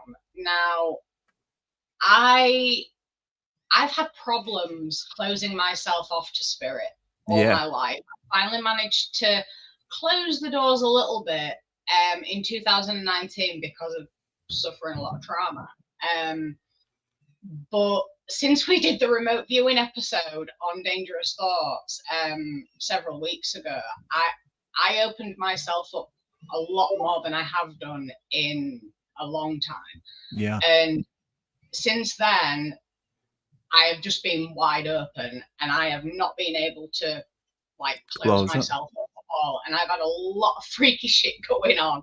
Yeah. And it's been quite overwhelming. And I'm just wanting your advice on that. Okay. So now you're fucked. No, just kidding. Sorry. That was such a good sorry. No, I just no, just joking with Psychics you. that tell the truth. You're fucked. You tuned into Dangerous Thoughts. No, and I brought all my ick, and you tuned into the show, and you're No, in all seriousness, really, for you. So it depending on where you're at, right? So what you have done or what you've practiced, you can do it a couple different ways. One, of course, if you think of maybe visualizing like a big vault door, or if you're more of a visualizing person, I'm sure. I feel that with your development and a couple different things you've tried, have you already tried smudging and what I would call the logical stuff? Yeah, I've cleansed. I've been around myself and my property with a safe smudge stick, and Okay. So she was spot on in the remote view. So with the remote viewing aspect, though, was it earthly stuff that you were doing remote viewing at, or? Yeah. Okay. Basically, before the show, Manu went on a little adventure, and we had to figure out what he saw, what he experienced. Yeah. Okay. So I would do Katie, I'd do some research on Arcturians and see how you can connect to them. I feel that you may broke I don't want to say it, this sounds bad. I feel that you kind of broke a barrier, and not a bad barrier, but in a sense one of your own. And if you think of a sack of grain and where you cut the side of it and where it keeps on spilling, and then where you almost got to somehow stop the grain and then repair the bag, right? I know this is a weird analogy, but the thing is that it feels like you have to do something completely different than what you have been doing. So one thing that I feel really guided for you, and we were talking about Arcturians earlier, see how they connect to you, and I think that they can really help you in this aspect. But when you delve into, have you done remote viewing in the past? Oh yeah, I've done remote viewing, psychometry. I've spiritual healing. Okay. I'm a medium, so. I was gonna say, yeah. So, but have you ever, when you've done remote viewing, have you been counter viewed? Do you know what that is? Somebody linking with me. Yeah, but somebody watching you remote view. So like, if I know that you're poking your nose around my business and I'm psychic and I can remote view, it's like so in sniper training, so they have snipers and then they have anti-snipers. The anti-snipers go and hunt the snipers, and counter viewers hunt the remote viewers. They go, and if they're like, hey, I feel or sense that somebody is viewing us, and they counter view them, not in a sense attack you, but in a sense, it's kind of an odd thing, but I would look into that as well. Counter viewing. Is it possible I do know that you open yourself up to counter sometimes viewing anytime you remote view? Sometimes, but you got to be very aware. That's where you get very spatially, because a lot of times as viewers, so when we're doing remote viewing, we get so fixated on the target, right? And it's like, or what's going on, like, oh my God, I'm flying, or the sensations, instead of what's going on around me. So you think of into combat, the 360-degree awareness of like, all right, what am I feeling and sensing as I go into this? Not only what am I seeing, but is there somebody else watching me and saying I'm being, because we know if you're doing remote viewing or if you're connected, and it's like, and as soon as you feel that you're being watched, you pull out, you pop smoke, and you disconnect from that target. But the thing that I would share is that it's almost like Area 51 security, right? So when you start breaching it, sometimes people will be like start their counter surveillance, so to speak. So what kind of freaky shit have you been seeing, and what's been happening, Katie? Since the show. Well, since the remote viewing, I've been a lot more open, and one of the freakiest things that actually happened was my necklace was undone, and the pentacle fell off into my hand. And round about the time that happened, one of my very good friends passed away, but I didn't find out until about 12 hours later. And I've had a few incidents, shall we say, that have been very overwhelming for me. And I mean, when it comes to the remote viewing aspects, what you were saying about the counter viewing, I've never had that specific thing happen, but while I've been doing my spiritual healing and things like that, I have actually suffered a psychic attack. Okay. And it actually took myself and a full coven to stop it. Okay. So you were dealing with some nasty dark shit then. Oh yeah, definitely. Yeah, some very, very dark stuff. Yeah. It was very overwhelming. Yeah. But the things that I've been experiencing recently, it's just been very overwhelming, and I've not been able to close those doors. And I mean, at one point many years ago, I actually went to several people and asked to be fully closed down.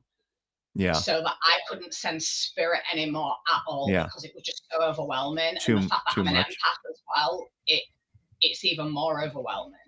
Oh wow. Well, I'm sorry to open the door to that. I didn't mean to. I was just trying to. Oh no, it was my choice to do it. I just didn't realize. I just feel bad that this is ended, you know, or just brought about some negativity. I didn't mean it to. It was just supposed to be fun. I didn't know it was dangerous. Yeah. Someone should have warned me. I didn't know. It was just an experiment for me, you know. But Katie, do I have any absolute words of wisdom? You know, it sounds to me like you have done everything that I would recommend initially. I think getting creative and really thinking outside the box, it sounds like you have some really smart and powerful friends around you. But sometimes, as you know, it takes to get creative and to not only set that barrier and the boundary, but to stop and reverse what is going on. And that's not always easy, because when the wheels of perpetual motion are going on and something is very strong spiritually, it can take a while to either slow and or stop it or even reverse it. And so okay, so I have one final question, and we're going to end the show. So do I. Dean said, look into Arcturians. I want to know how to look into Arcturians. I would like to know where my archangels are and how to get in touch. So archangels and Arcturians are not the same. Okay, sorry. So Arcturians, emissaries of light, are a galactic race of higher dimensional beings, right? And so there's a lot of literature out there. I invite each of you to do your own research. I am not an expert. I wear big boy underwear, and I'm big enough to say that I don't know everything.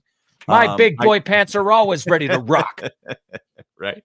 But the thing that I would share is there's so much information out there, and some of it you got to take with a grain of salt, but do your own research and trust your gut on it. But I just invite you to look into it, because you're going to resonate with some of it and some of it you won't. And I have so a that's little why I feeling say that's look coming into through it. for me, Katie. Nature. Can you get to some nature and try to tune into the Arcturians there? I think you should. So do yeah, that. Katie talking about constant protection, spiritual and Wiccan protection. That's awesome. Yeah, and some people wear like medallions, and they wear pendants, and spells and chants and all that's all great. So, let's not forget the power of lorazepam. There you go. Xanax so before we close out tonight, because I know Manu was like been jonesing for a reading, and all night I on purpose have not been talking about this gentleman that has been stepping forward, that been bugging the shit out of me, quite honestly, and I have not said anything. It was interesting because right away I knew that he died from cancer and that he was a smoker. And it was interesting because he was a musician, and the first thing I saw was drums, and could play good riff or two on guitar. Now it wasn't really, kind of was like, I wasn't really that good on bass, but like that's neither here nor there. But yeah, the first thing I saw was drums. That's interesting. That makes sense. Yeah. So. What's he saying? Stop smoking? So well, no, Cassie's still alive. He's right here. I mean, he could have just told you that. I mean, no, my drummer, Uncle guitar, Clyde, oh. I think he's talking about my Uncle Clyde. I'm not certain, but my Uncle Clyde was a drummer, and he died in his 50s from a heart attack on the table because he smoked and he drank and he partied, and he was like the one partier in our big Irish Catholic family that died. Is that the one you look 50. like? And that's the one I look exactly like. Yeah, you look exactly. I like look not exactly. He was a little chubbier than I was. But I've seen the pictures and I've gone like, oh wow, yeah, maybe I'm Clyde. Maybe I've got Clyde's genes. Like, and I don't want to be the 50-year-old guy that dies in my family, but it feels like that's happening. So Clyde's gonna. Well, what's it's Clyde interesting saying? because he talks about it's interesting because he talks about, like, a baseball analogy, talking about the old adage of, you miss every pitch that you never swing at, and talking about opportunities for you. So the thing that he's encouraging you, Manu, is to step up again to the plate and, dig in and swing, swing the shit out of it. Yeah, right. But the other aspect is this too, is that why do I keep on? Okay. So you remember the old Snoopy, like, I don't know why that keeps on coming in. So the red house and the white Snoopy at top. And I was like, why the fuck I keep on seeing this? There's a reference to Snoopy in there. And I was like, I don't feel that it's connected to him, but I keep on getting it in. But anyways, that's my spiritual ADHD. And sometimes I'll get random things. But the thing that I would share is big more thing with my grandma in my childhood. Really? That was connected to your grandma? Oh, she loved the Red Baron and Snoopy. Oh, really? Yeah. Oh, that's cool. Yeah. And I had the video game and I would play it with her. Oh, that's awesome. Yeah. She died when I was 8. She was way cool, man.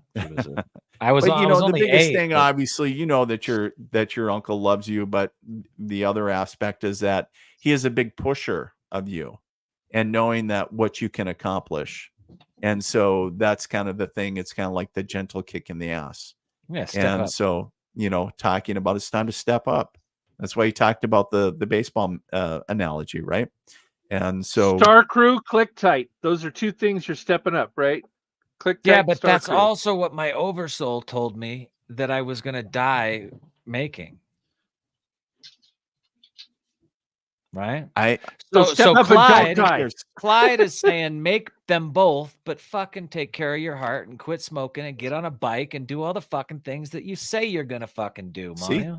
See, why did you even have me give you a reading? You already knew what he said. No, I get it. Yeah, I get it. Well, it was, that's what's so cool about a medium. And Dean, thank you, because I knew that, but sometimes you get any validation. Knowing that your own genetic ancestors, I carry my ancestors around in my pocket. Yeah. And I've been doing that since I met this voodoo guy in New Orleans like 6 years ago. And he said, carry these around in your pocket, and your ancestors care about you, your genes, your other spirits. There's like your family is in some way a part of your spiritual connection to this earth, absolutely, and in a big way, right? Yeah. So I'm always focusing on my ancestors and asking for them to help me hear them and guide me, and the fact that just a little tap from you, Dean, to say that, hey, Clyde is saying it's time to put up or shut up is super helpful. I think sometimes we all need a spiritual kick in the ass. Yeah, no doubt. I think we do, because we all get complacent, we all get in our ruts, and just like my grandma 13 years ago came and gave me a nice swift kick in the ass and be like, get your shit together. You got work to do. And so, you know, but yeah, you got a lot of whether or not, you know, that comes to fruition for you, Manu, is, you know, of course, obviously to be seen. But the thing that I would share is that, you know, you got a lot of time between now and then. I don't feel that it's anytime soon. So Maybe you must have some big shit to do. Yeah, maybe. Right? Yeah, I think so. You're not done with this meat We suit got yet. some big shit to do. You're not done with the meat suit yet. Oh yeah. Good. I'll hang out. I'll hang on to it for a while longer. If There you go. If God abides, if the dude abides, I'll hang on. Yeah.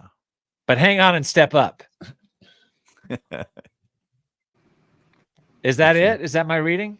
Yeah. Thank you. I appreciate it. And it's been awesome to have you on the show. Thank you Thank you for guys. coming on. This was total fun for me.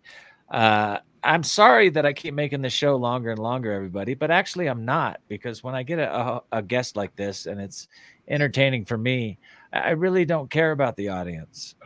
I don't. I really don't.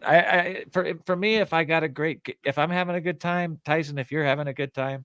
No, I was having a great time. I just had to get up and go pee. I mean, you know, life is life. It happens. Yeah. And the people that watch us and participate in the show and ask questions, you know, I do care about you all, but I don't care. The show's really for me. So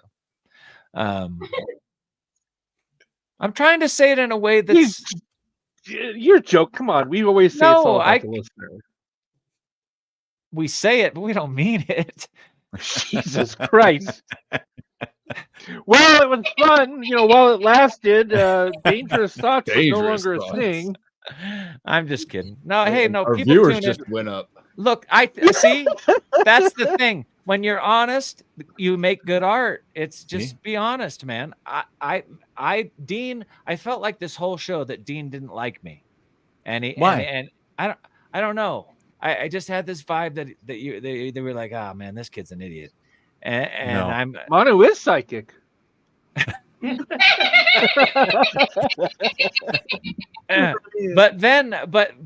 on top of that, I really liked him, and I was really digging his energy and what he brought to the plate. Manu, you and Tyson, I really enjoy you both, and just really immensely, truly enjoy my time on the show. So thank you for having me on. And it was a blast having you. Thanks for being here. And I hope through this connection of psychic, human connection that maybe we brought somebody to you that needs to see you.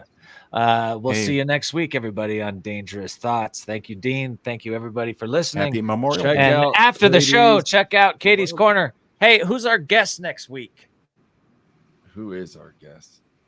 Mala, feel free to chime in. Come on, Mala. I know you have her on job, the calendar, like on the ready. Well, it's supposed to be Prince. Prince Bogdasarian is coming on next week. My good friend Prince. Okay. Prince, by the way, everybody, is a kick-ass filmmaker. Really cool guy from Los Angeles who's made a bunch of kick-ass movies and has a new movie coming out called Dashing Through the Snow, Christmas comedy this year. So join us next week for Prince. Thank you, Dean. Thank you, everybody. Love you, Tyson. Thank you. Love all the viewers out there. Remember, this show is for you. See you next week on Dangerous Thoughts. Not lying.